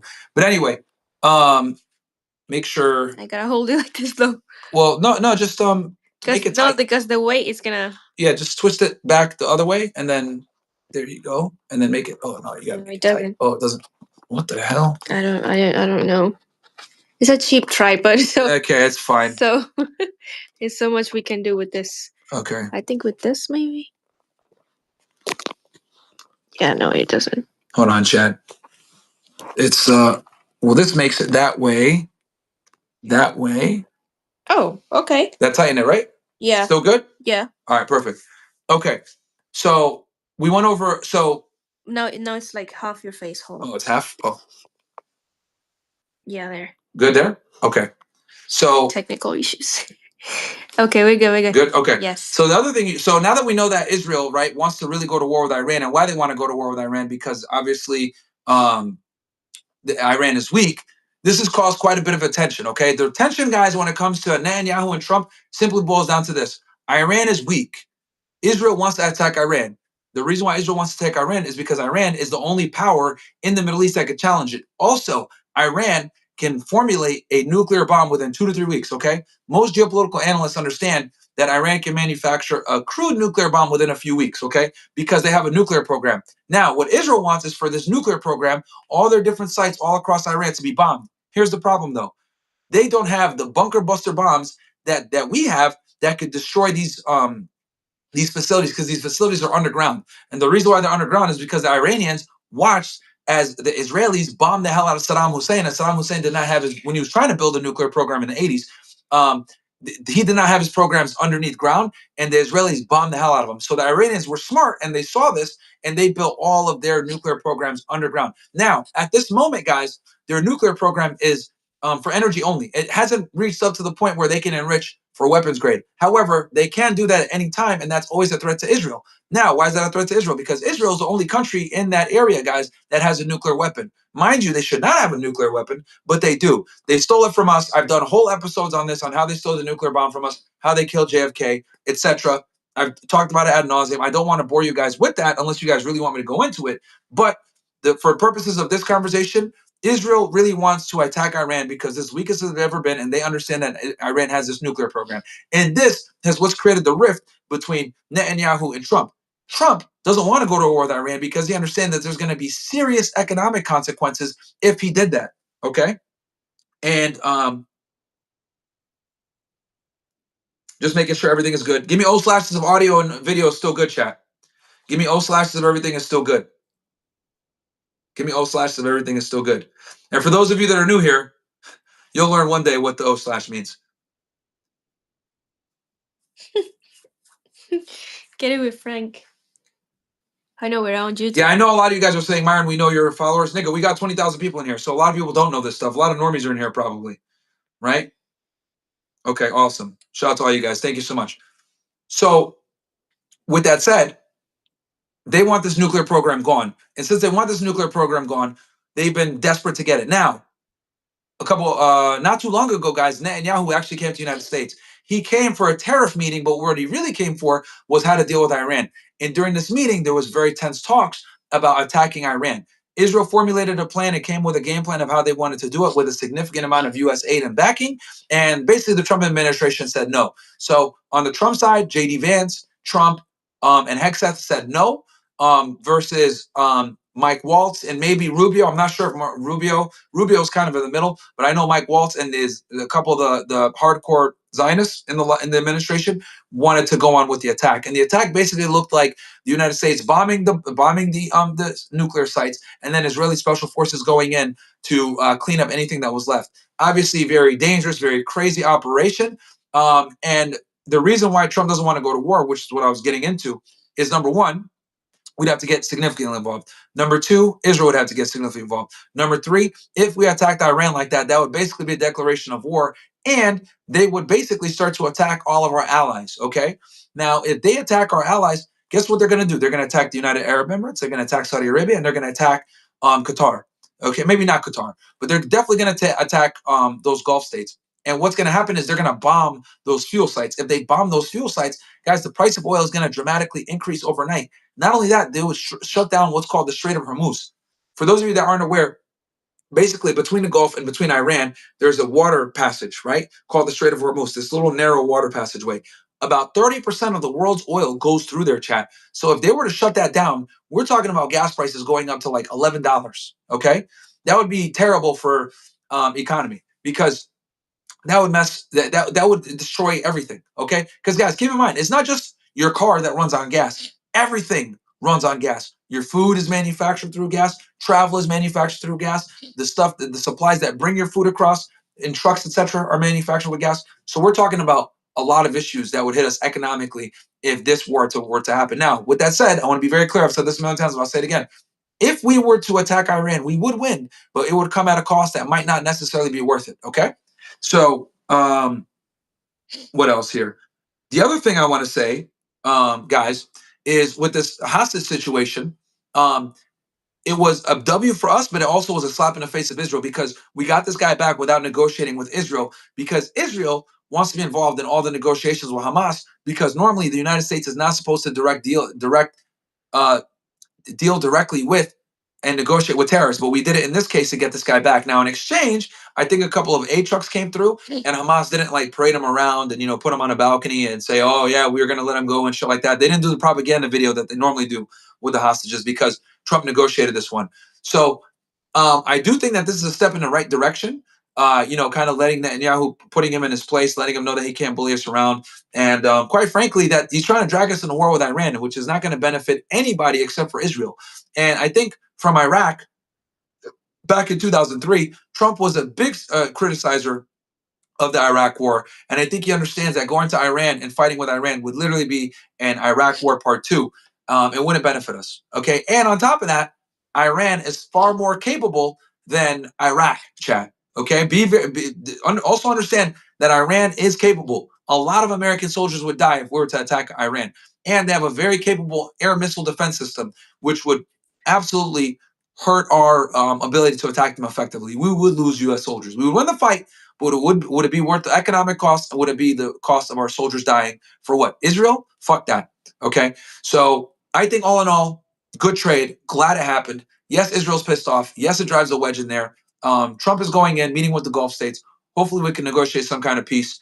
But we'll see what happens, chat. We'll see what happens. I think it's important for you guys to understand that Trump and Netanyahu never liked each other. Trump always felt some type of way after Netanyahu congratulated Joe Biden after his victory in 2021 when Biden won, and Trump felt like the election was lost. Was rigged, and that always pissed him off that Netanyahu congratulated him, congratulated Biden, even though the election was stolen in his opinion. And then obviously January 6th followed after. And it was just a very dark time for Donald Trump. And he was pissed off because he had done so much for Israel. He recognized Jerusalem as the capital, moved the embassy to Jerusalem. Like these are all like big deals. So yeah, what else? So we covered the Middle East. Big W for that guy getting released. Because I also think the other thing, like I said before when I was talking about the proxies, Netanyahu was using Adon and all the other hostages as guinea pigs so that he could wage his war in the Middle East. And I think Trump said enough is enough. We need to get this guy back. He's an American citizen. So I'm glad that he brought him back because Netanyahu doesn't give a fuck about the hostages. I've been telling you guys this before. Another known little fact for you guys, because we got what 20,000 plus, 18,000 plus you guys in here. Let me remind you guys, there was a deal done, and this was not reported in American news. But on October 10th, guys, on October 10th, okay, Hamas offered to exchange all the hostages and give them back to Israel in exchange for Israel not invading Gaza. Guess what Netanyahu did?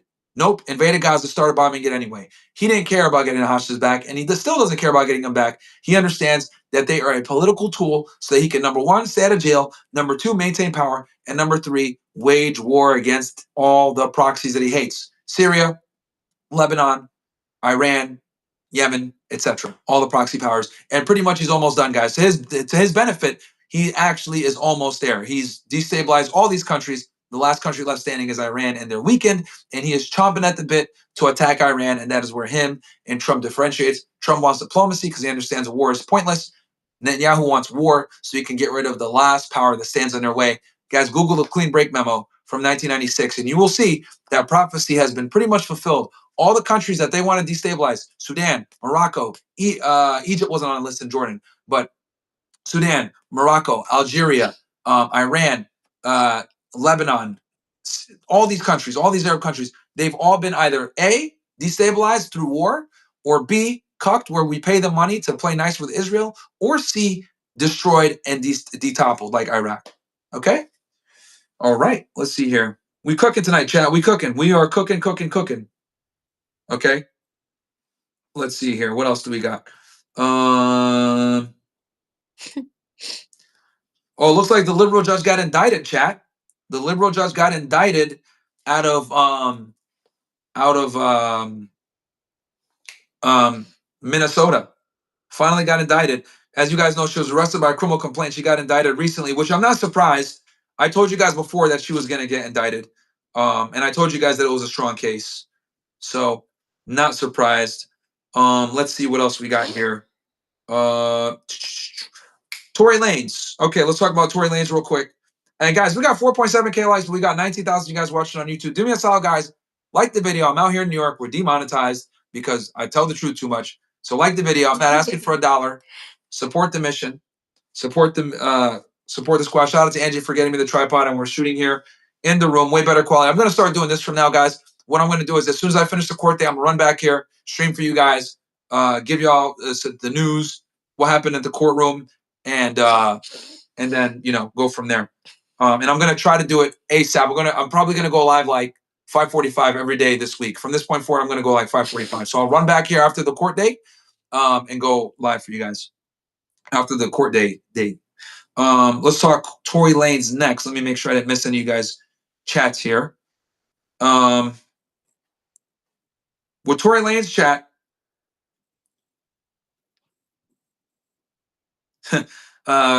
With Ghost says tomorrow Angie's gonna show up with a laptop and a mic and a whole mobile setup. Nah. We can do that. Well, you gotta leave tomorrow. Oh yeah, right? yeah. Yeah, Angie's leaving, guys. She's got a very important appointment with for her license, so do some shit like that. Okay, Tory Lanez. As you guys know, Tory Lanez was stabbed in prison yesterday. He's stable. I think he's able to talk again. I think a lung collapse or whatever. He was stabbed like over 10 times, guys. Absolutely wild. It really it's interesting too, because as you guys know, I was the first person to break the Tory Lanez case. I had the police report. And in the police report, famously, Meg Thee Stallion said that Tory Lanez shot at her feet, but the doctor that first saw her at the emergency room admitted that it looked like she stepped on glass. She had lacerations on her feet, more indicative of stepping on glass versus getting shot in the feet. And that was when I first started thinking, like, okay, this chick is lying. Something is off here. So what ended up happening was Tory took it to trial. He ended up losing the trial. I still think to this day that he didn't shoot her. I think it was her best friend, Kelsey. Because I remember Kelsey famously took the Fifth Amendment. She took the Fifth Amendment to stay silent on the stand when they asked her about who shot Meg and their fight, which tells me that she was more involved than we thought. The DNA for Tory Lanez wasn't on the gun. So, and on top of that, people don't talk about this. Okay, let's go through the story first, and then I'll go over. So, Tory Lanez was at who was that fucking Kardashian? Which one? He was at this big celebrity's house. Khloe Kardashian? Not Khloe Kardashian. Yeah, whose house was he at? Whose house? I know you guys are gonna remember who it was. Who was the thought that he was at his house? At our house. Chat. Who was it? Yeah, gotcha. I saw that she put a restraining order on DDG. I saw that. Yo, sure it wasn't Kourtney? I'll tell you this though. If she put a restraining order on DDG, you're saying Kylie Jenner. Kylie Jenner. Thank you, chat. Thank you. If she put a restraining order on DDG, he can't get a gun now, which is that fucks him up. Actually, that's not good. And she would have to have evidence to show that she had a restraining order. I mean, if you're really being her though, that's an L. But I don't know with these women anymore. Anyway, Tory Lanez. What happened with Tory Lanez, guys? All right, let's go through the case real quick, so this all makes sense.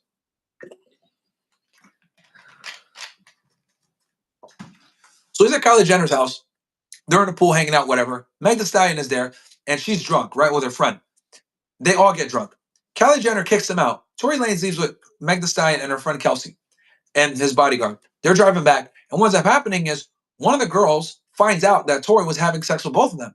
They get mad. They start fighting each other in the car. So they're beating on each other in the car. The two girls, Meg Thee Stallion and her best friend Kelsey. They find out that Tory was having sex with both of them, and they get pissed off. So they pull over to the side of the road to try to break it up, and the fight spills out into the street. Meg Thee Stallion and Kelsey are fist fighting each other, beating each other up. Nails get dropped on the floor, necklaces, jewelry, all the shit, right? A witness, and they're in LA when this is happening. Nice, affluent neighborhood. See a bunch of niggas fighting, and this is late at night, okay?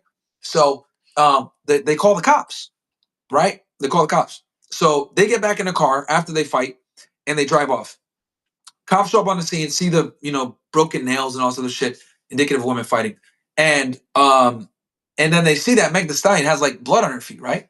So when they arrest them, so they take Meg Thee Stallion to the ER, and the ER doctor literally says that it was lacerations on her feet. I break this down, guys, in my video. You guys can go check it out. It's from a couple years ago. Tory Lanez didn't shoot her. And then fast forward to the trial, because she claims that Tory shot her a couple of days later. They go to trial. Tory doesn't take the stand. Kelsey, when she takes the stand, the best friend that fought her, takes the Fifth Amendment, right? Which that's a big red flag. Why are you taking the Fifth Amendment? Why are you trying to stay silent? And then she says, oh, Tory shot her as well. And then another witness who was supposed to not say that Tory shot, I think ended up saying that, oh yeah, a short man started shooting at Meg Thee Stallion. Now, a couple things don't make sense here. Number one, we know about the lacerations. Number two, why would Tory shoot at Meg Thee Stallion's feet? It was Kelsey that had the problems with Meg Thee Stallion. They were the ones that were fighting. It doesn't make sense that Tory Lanez would grab a gun and start shooting at her feet. It just doesn't make sense. Yeah. And then also the way that Meg Thee Stallion described him shooting, was getting over the car and all this other shit. It was a very strange way to shoot at somebody. So I think that she had a problem with Tory. She didn't want to put her friend in jail, and I think she lied. And I think her friend was the one that actually shot her. Also, mind you, she was pissed drunk. She probably doesn't even remember anything like that. Now she got on the stand and gave this whole, oh my God, and started crying and shit like that. But I don't think he shot her. Now, going back 2020 hindsight, Tory Lanes did not take the stand. Now, I think in this situation, it might have made sense for him to take the stand. Because if he had taken a stand, he could have said, yo, I didn't shoot her. She shot her. But he didn't want to take the stand because he knows he didn't shoot her and he knows that Kelsey shot her. Now, why do you want to take the stand? Well, number one, it's dangerous to take the stand to defend yourself. Number two, he's a rapper. As a rapper, taking the stand and testifying against somebody is career suicide, right? So he looked at it like, you know what? Fuck it. I'm going to take the time. I'm going to go to jail. I'll come out more popular. I'm going to do my time and I'll be fine. And it worked for a bit, right? Because a lot of people still support him. A lot of people still think that he didn't do it. To this day, I don't think he did it. And I'm not even like a fan of his music like that. I just call it a spade a spade. I don't like hip hop anymore. I think it's degenerate music, but I don't think he actually shot her. And with that said, and then he said, dance, bitch, and started shooting at her. Someone in the chat, yeah, like this just doesn't make sense. So, but what ended up happening while he was in jail, he got stabbed. So he's okay now. I think he's stable. He's fine. But this is crazy, man, that someone that shouldn't even be in there got stabbed. Wild. But I did a whole video on this chat if you guys want, where I go over why I don't think Tory did it. But yeah, crazy stuff. Let me see here if I got any chats here. I'm going to start wrapping this thing up here. Tory Lane is a prime example of why you should stay away from black chicks. One chick can shoot the other and you end up getting locked up. Facts, bro. Crazy. WCC, W Rumble, W Myron. Shout out to you, Broke from Smoke. Ozzy says, beating women isn't pussy. Someone mean to beat just like a child. Otherwise, you have no power. No, nigga, that's crazy. That's how you end up in jail. Ozzy, do not do that. Do not do that, bro. Do not do that. Beating women is not a good idea ever. Tory Lane's prime example. Okay, read that. Okay, cool. Yeah, this nigga Oz trying to go to jail, bro. What's wrong with you, man? Bro, it's 2025, man. This nigga think he's OJ Simpson, man. Looking crazy, bro. Cool. Guys, like the video. Like the video. We got almost 20,000 you guys in here. We're live on all platforms. Let's see here. Anything else, chat? I'm trying to think if there's any other news. I think that's it, man. Well, yeah, self-defense, yeah. Self-defense, of course, but like, bro, you know what I mean? Like, try to avoid it if you can, because you're never gonna win, bro, in that situation. I mean, look at DDG. He's gonna have to come out and address this shit now and watch. He's probably gonna say, "Oh yeah, she beat me, and I had to defend myself." But it's gonna be an L, no matter what. So we'll see what happens when the facts come out. You know, at the end of the day, as much as I make fun of DDG, I still hope he gets access to his children. I think his son. And if he did smack her, niggas retarded. But he doesn't strike me as a woman beater, chat. I could be wrong, but he does not strike me as a woman beater.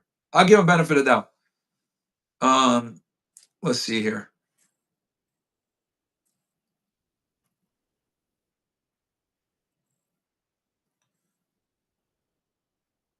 Did the phone die again? No. Okay. No. Let's see. All right, guys. I think I'm gonna close this thing out. Y'all like that view in the back, man? Let me get out the way real quick, y'all. Y'all like that view in the back? Not too bad, huh? See the Empire State Building and shit? They cannot see anything because they can see. Oh, it's because the reflection. If you turn off the light, maybe. Oh, yeah. Let me turn the light so you can see it real quick.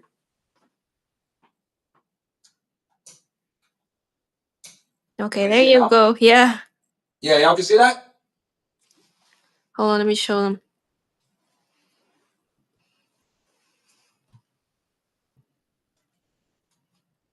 Not bad, huh? Yeah. All right. I'll put the light back on. All right.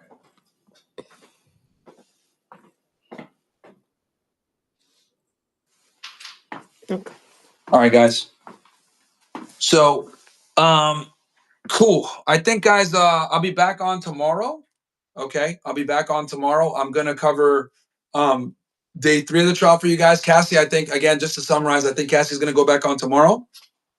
She's probably gonna continue to get direct from the prosecution, and then she's gonna get hit on cross-examination. That's gonna be really good. Watching cross-examination.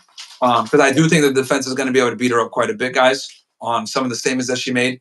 And we'll cover the news, man. But yeah, we got 20,000 plus of you guys in here, man. This is like, I think, a high for Myron Gaines X on this channel. You know, obviously this is my political talk show slash true crime channel. And obviously we're covering the Diddy case. You guys know I used to be an HSI special agent for those of you that came in. So this is, this is my stuff. So I'll be live tomorrow for sure for you guys. America was built by strong men that slapped their wives. True or false? From Ozzy Oz. Yeah, but it's different times, bro. I don't want y'all niggas to eat. Bro, you're going to end up in jail, bro. You're going to go from Ozzy Oz to Ozzy jail. Talk about Syria sanctions lifted. Oh, I didn't know that. Syria sanctions have been lifted? With Ghost said DDG didn't beat her up. It just fucked the. Oh my god. Yeah, Syria. Well, here's the thing, man. Syria is destabilized, guys. You guys know Bashar al-Assad got ran out of there. They pretty much overran him, and I think the Israelis had to do with that as well. Chat. Israelis 100% were involved in getting Syria destabilized because don't forget, guys, when Hezbollah had the ceasefire, okay, with Israel the next day, these guys literally ran ran a bunch of insurrections in Aleppo, which is a town in Syria, made one of the major cities in Syria, and then they just took down that M5 highway and took over Damascus. So within 2 weeks, they toppled the Syrian government, chat. And keep in mind, the Russian government couldn't do anything because they were fighting against Ukraine, so they couldn't give the air support. The whole reason why Bashar al-Assad, guys, was able to stay in power for so long is because of Russian air support. That's how important a strong air force is. He would bomb the hell out of these rebels, and they wouldn't be able to topple Assad. But once Hezbollah was weakened, the Israelis backed these rebel groups, and then they came in and took over Syria. So, yeah, I'm not surprised that they had the sanctions lifted because Jolani came in, and Jolani is going to be a far more he's going to be a far more, how do I say this? Let's say receptive leader to Western power, for sure. W big numbers in stream today. Get them chats up. Yep, absolutely. Bake from smoke. I appreciate that. Damn, you guys really like me traveling and doing this this shit with covering cases. Yeah. Well, I'll tell you guys this. If the numbers stay like this, I'll stay out here a little bit longer, and I'll cover the news from here, as you guys are seeing me do. I'll do the debrief from here. Fresh and Chris obviously can run, Fresh and Fit still, and I'll be here doing this thing, growing the channel. And guys, join Castle Club. That's the best way to join. Sub on the channel on Fresh and Fit. It's still Fresh and Fit, as you guys know. Nothing changes. It is still the motto. Which, by the way, I should probably stream on Fresh and Fit tomorrow too. I should probably stream this stuff. I should have streamed this on Fresh and Fit for you guys. Maybe I'll do it tomorrow. I'll stream day 2 of Cassie's testimony on Fresh and Fit as well for you guys, because we're trying to grow all of them together. Let's see here. Let me make sure I'm not missing anything. Any other questions, guys, before I get this thing out of here? You guys said Fresh is holding me back. No, he's not. Fresh allows me to be myself. Okay, guys? I ain't going nowhere. Home team, baby. We started this thing together. We died together. Myron Gaines X, guys, is just a channel to continue to expand the Fresh and Fit Army. Okay? The OSS is part of the Fresh and Fit Army. So, yeah, tomorrow I'll turn on Fresh and Fit, chat. Yo, we got 17K niggas in here, man. Like the goddamn video. This is the best for Myron Gaines X. I'm over here. Me and Angie are over here starving for you guys. Yeah. We're going to leave soon, though. Let's see here. How long have we been live? We've been live for a little over 2 hours. Cool. Timestamps will be up soon. We talked about the judge getting indicted for helping the immigrant escape. We talked about the Cassie stuff. Any other news, chat, that you guys wanted me to discuss?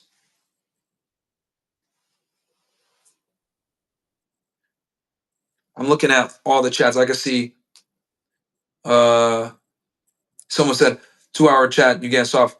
No, nigga, I'm tired as hell. I've been up all day. And I haven't eaten. Yes, you're damn right. I'm always gonna defend fresh. Yemen is bombing Israel again? I know they bombed the Ben Gurion Hotel. Why Africans come to the United States? I did see that. I did see that. Some South Africans came to the United States.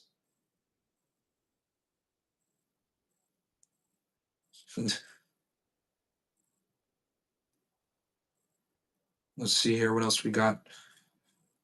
Nah, not just Angie hungry, guys. I'm hungry too. I didn't eat all day, man. Remember, guys, my days are super early now. I'm waking up at like 6 o'clock in the morning. I'm going to the courthouse. And I'm standing there in line to make sure I get a good spot. And then I'm there from like uh 6 a.m. all the way till 5 p.m. And then I come here. So now I got a new system. What I'm gonna do is I'm gonna go over there, cover everything, take my notes. I'm gonna run back over here. It takes me about 10 to 15 minutes to get back over here. Come back over here, go live. I'm gonna set the next stream for about 5:45 for you guys. So tomorrow I'll be live at 5:45, just like this, set it up. And yeah. And that's what I'll do. And I'll make sure I have everything good for you guys. Phones will be charged, sound will be good, it's gonna be crispy, it's gonna be good. And yeah, that's pretty much it, guys. So let me look here. What else we got? Solo cast tomorrow? Yeah. Yeah, Angie won't be here, unfortunately. I wish she was here, but she's gotta leave. Yeah. She's got an appointment she really can't miss. She's took forever. Eat before you go live? Yeah, I could do that tomorrow. I'll try to eat before I go live. I'll do that for you guys tomorrow. I'll go longer tomorrow, guys. I'll go super long tomorrow. Because I'm gonna study the news and shit like that. Also, mind you guys, I haven't slept in like last night was the first time I got good sleep in days. Because I've been traveling. So I'll go live tomorrow extra long for you guys. And I'll go live on Fresh and Fit too. How about that?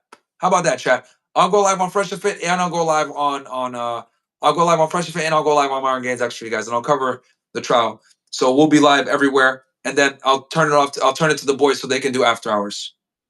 How about that? Let's see here. With your back in your studio, you should do a breakdown of the Pearl Harbor Andrew Wilson on the Pearl and Andrew Wilson debate. Pearl debated Andrew Wilson. Okay. Myron, you're gonna go viral on X right now for defending DDG. DDG's community are all agreeing with you. Yeah, bro. I'm not gonna look, man. I think she's lying. I kid 1,000 with y'all. I think she's lying so she can get custody of the kid, right?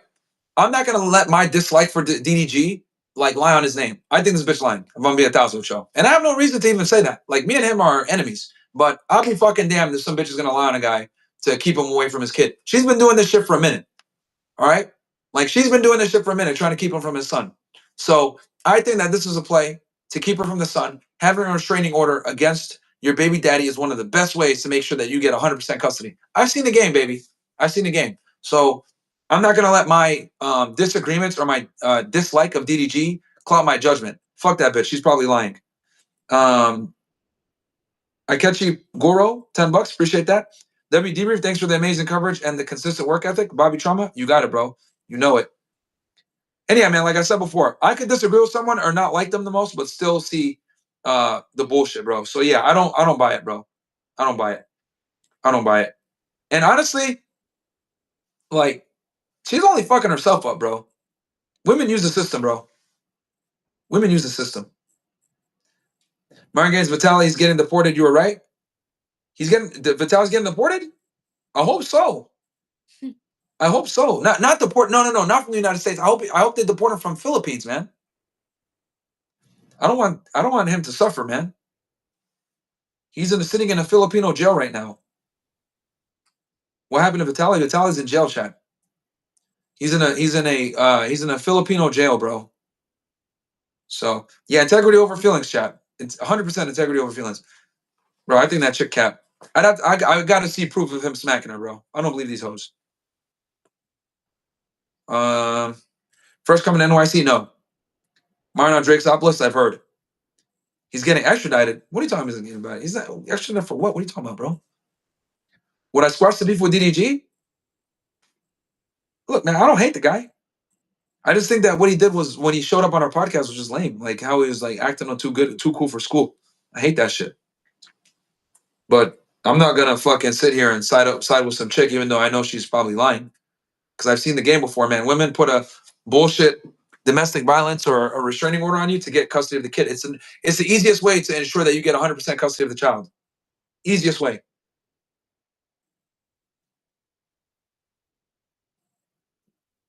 So yeah, you guys know, man. Bro, even the people that I dislike on principle, if I think that they're on the right, I'll say it. So let's see here. Looking at some more of these chats from you ninjas.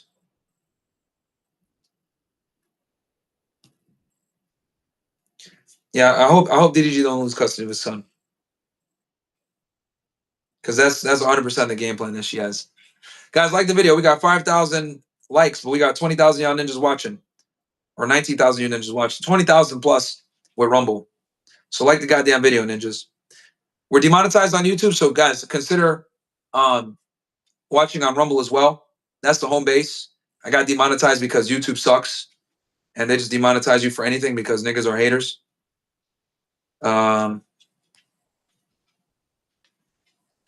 What's up, Frank? You guys want to say what's up to Frank?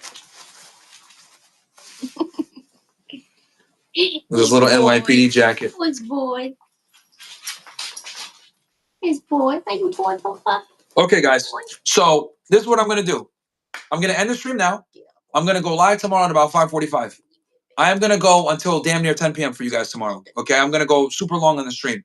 I'm gonna cover a bunch of news topics. I'm gonna be better prepared for the news for you guys because I covered mostly the Cassie stuff, but obviously I added in the Middle East stuff with Trump, the hostage release, Tory Lanes, etc. I'm gonna come more prepared tomorrow, and with news, I mean, and I'm gonna cover all that tomorrow for you guys. And I'm also going to go longer. So I'll go live on Fresh and Fit, and I'll go live on Myron Gaines X. And yeah, I think this is a high. I think this is the most we've ever had on Myron Gaines X live. I think we hit 20,000 or so, 21,000, something like that was the peak. And I'm not botting, guys. You guys know I've never bought in my life. I never will bot. That's fucking lame. That's stupid. I'll never fucking bot. But yeah, for all you guys that are new to the channel, welcome to the channel. Myron Gaines, former special agent with Homeland Security Investigations, HSI, one half of the Fresh and Fit podcast. On this channel, I cover political commentaries. You guys know I'm really big into foreign policy. I also cover what's going on in the White House. I cover what's going on with politics in general. I pay quite a bit of attention to that. I'm very politically inclined. Also, geopolitics when it comes to foreign policy. That's one of my big things. I also cover the news. I cover culture. I cover true crime. You guys know I used to work in law enforcement, so obviously I cover a lot of true crime on here, hence the Diddy case. HSI is a former agency I used to work for, who is actually the lead agency on this. So for those of you that are new, consider subscribing to the channel. Also follow me on Rumble, Myron Gaines X on all platforms, Myron Gaines X on Rumble, Myron Gaines X on YouTube, Myron Gaines X on Twitter. On Instagram, because I'm fucking banned, it's Fed Reacts. But shout out to Angie. She built that account up from scratch. And yeah, Get it banned. Yeah, I'm gonna try not to get it banned. This is the account right here, guys. Fed Reacts right here. This is the account on there. So make sure. Oh shit. Take that off. What up? Oh, I don't even know how to take that shit off. Whatever. So yeah, follow it, guys. It's a black screen. Fed Reacts. Okay. And I'm posting on there every day. I'm gonna post actually a couple reels now. And yeah, guys, I think that's it, man. I love you guys. I'll be back tomorrow at 5:45. The court ends around 5:50, shortly after 5. By the time I get back here and get all set up, it's gonna be 5:45. So I'll be live tomorrow, 5:45 for you guys. Cover the news. We'll go much longer. We gave you guys, how long did I give you guys on this one? I think I went for, let's see, 2.5 hours. Not bad. 2.5 hours.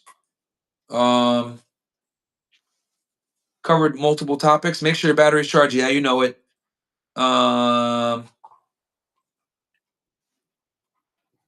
see if I can get in the courthouse tomorrow, guys. And I'm going to try to get in the actual courtroom tomorrow, chat. That's what I'm going to try to do. I'm going to try really hard for you guys to get in that courtroom. But like I told you guys before, it's damn near impossible. Nobody gets in there, bro. It's tough. You got to be like in the first 20. And a lot of these people, they're paying professional sitters to wait for them. And they still can't get in. I paid $300. I couldn't even get in.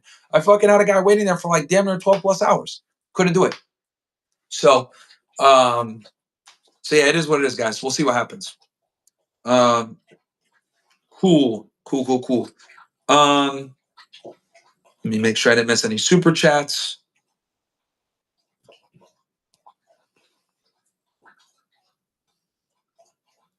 Comfort zone. It won't be 5:45 tomorrow. Myron is a nigga more like 6:30 p.m. So no, nigga, I'm gonna get up. I'm gonna go at 5:45, motherfucker. I'm gonna actually go at 5:45 because now that I know that I'm just gonna use the Wi-Fi in this room and be good. I'm not gonna set up at the fucking. I'm not gonna set up at the studio at the courthouse no more.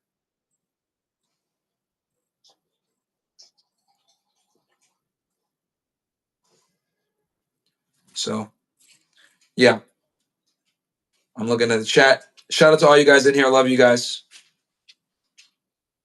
Big W. We had the biggest debrief episode, 21,000 plus you guys watching live. Awesome. Anyway, guys, love you guys. I'm gonna see you guys tomorrow, 5:45, right here, 5:30 maybe, depending how fast I can get back. And we're gonna cover day 3 of the trial.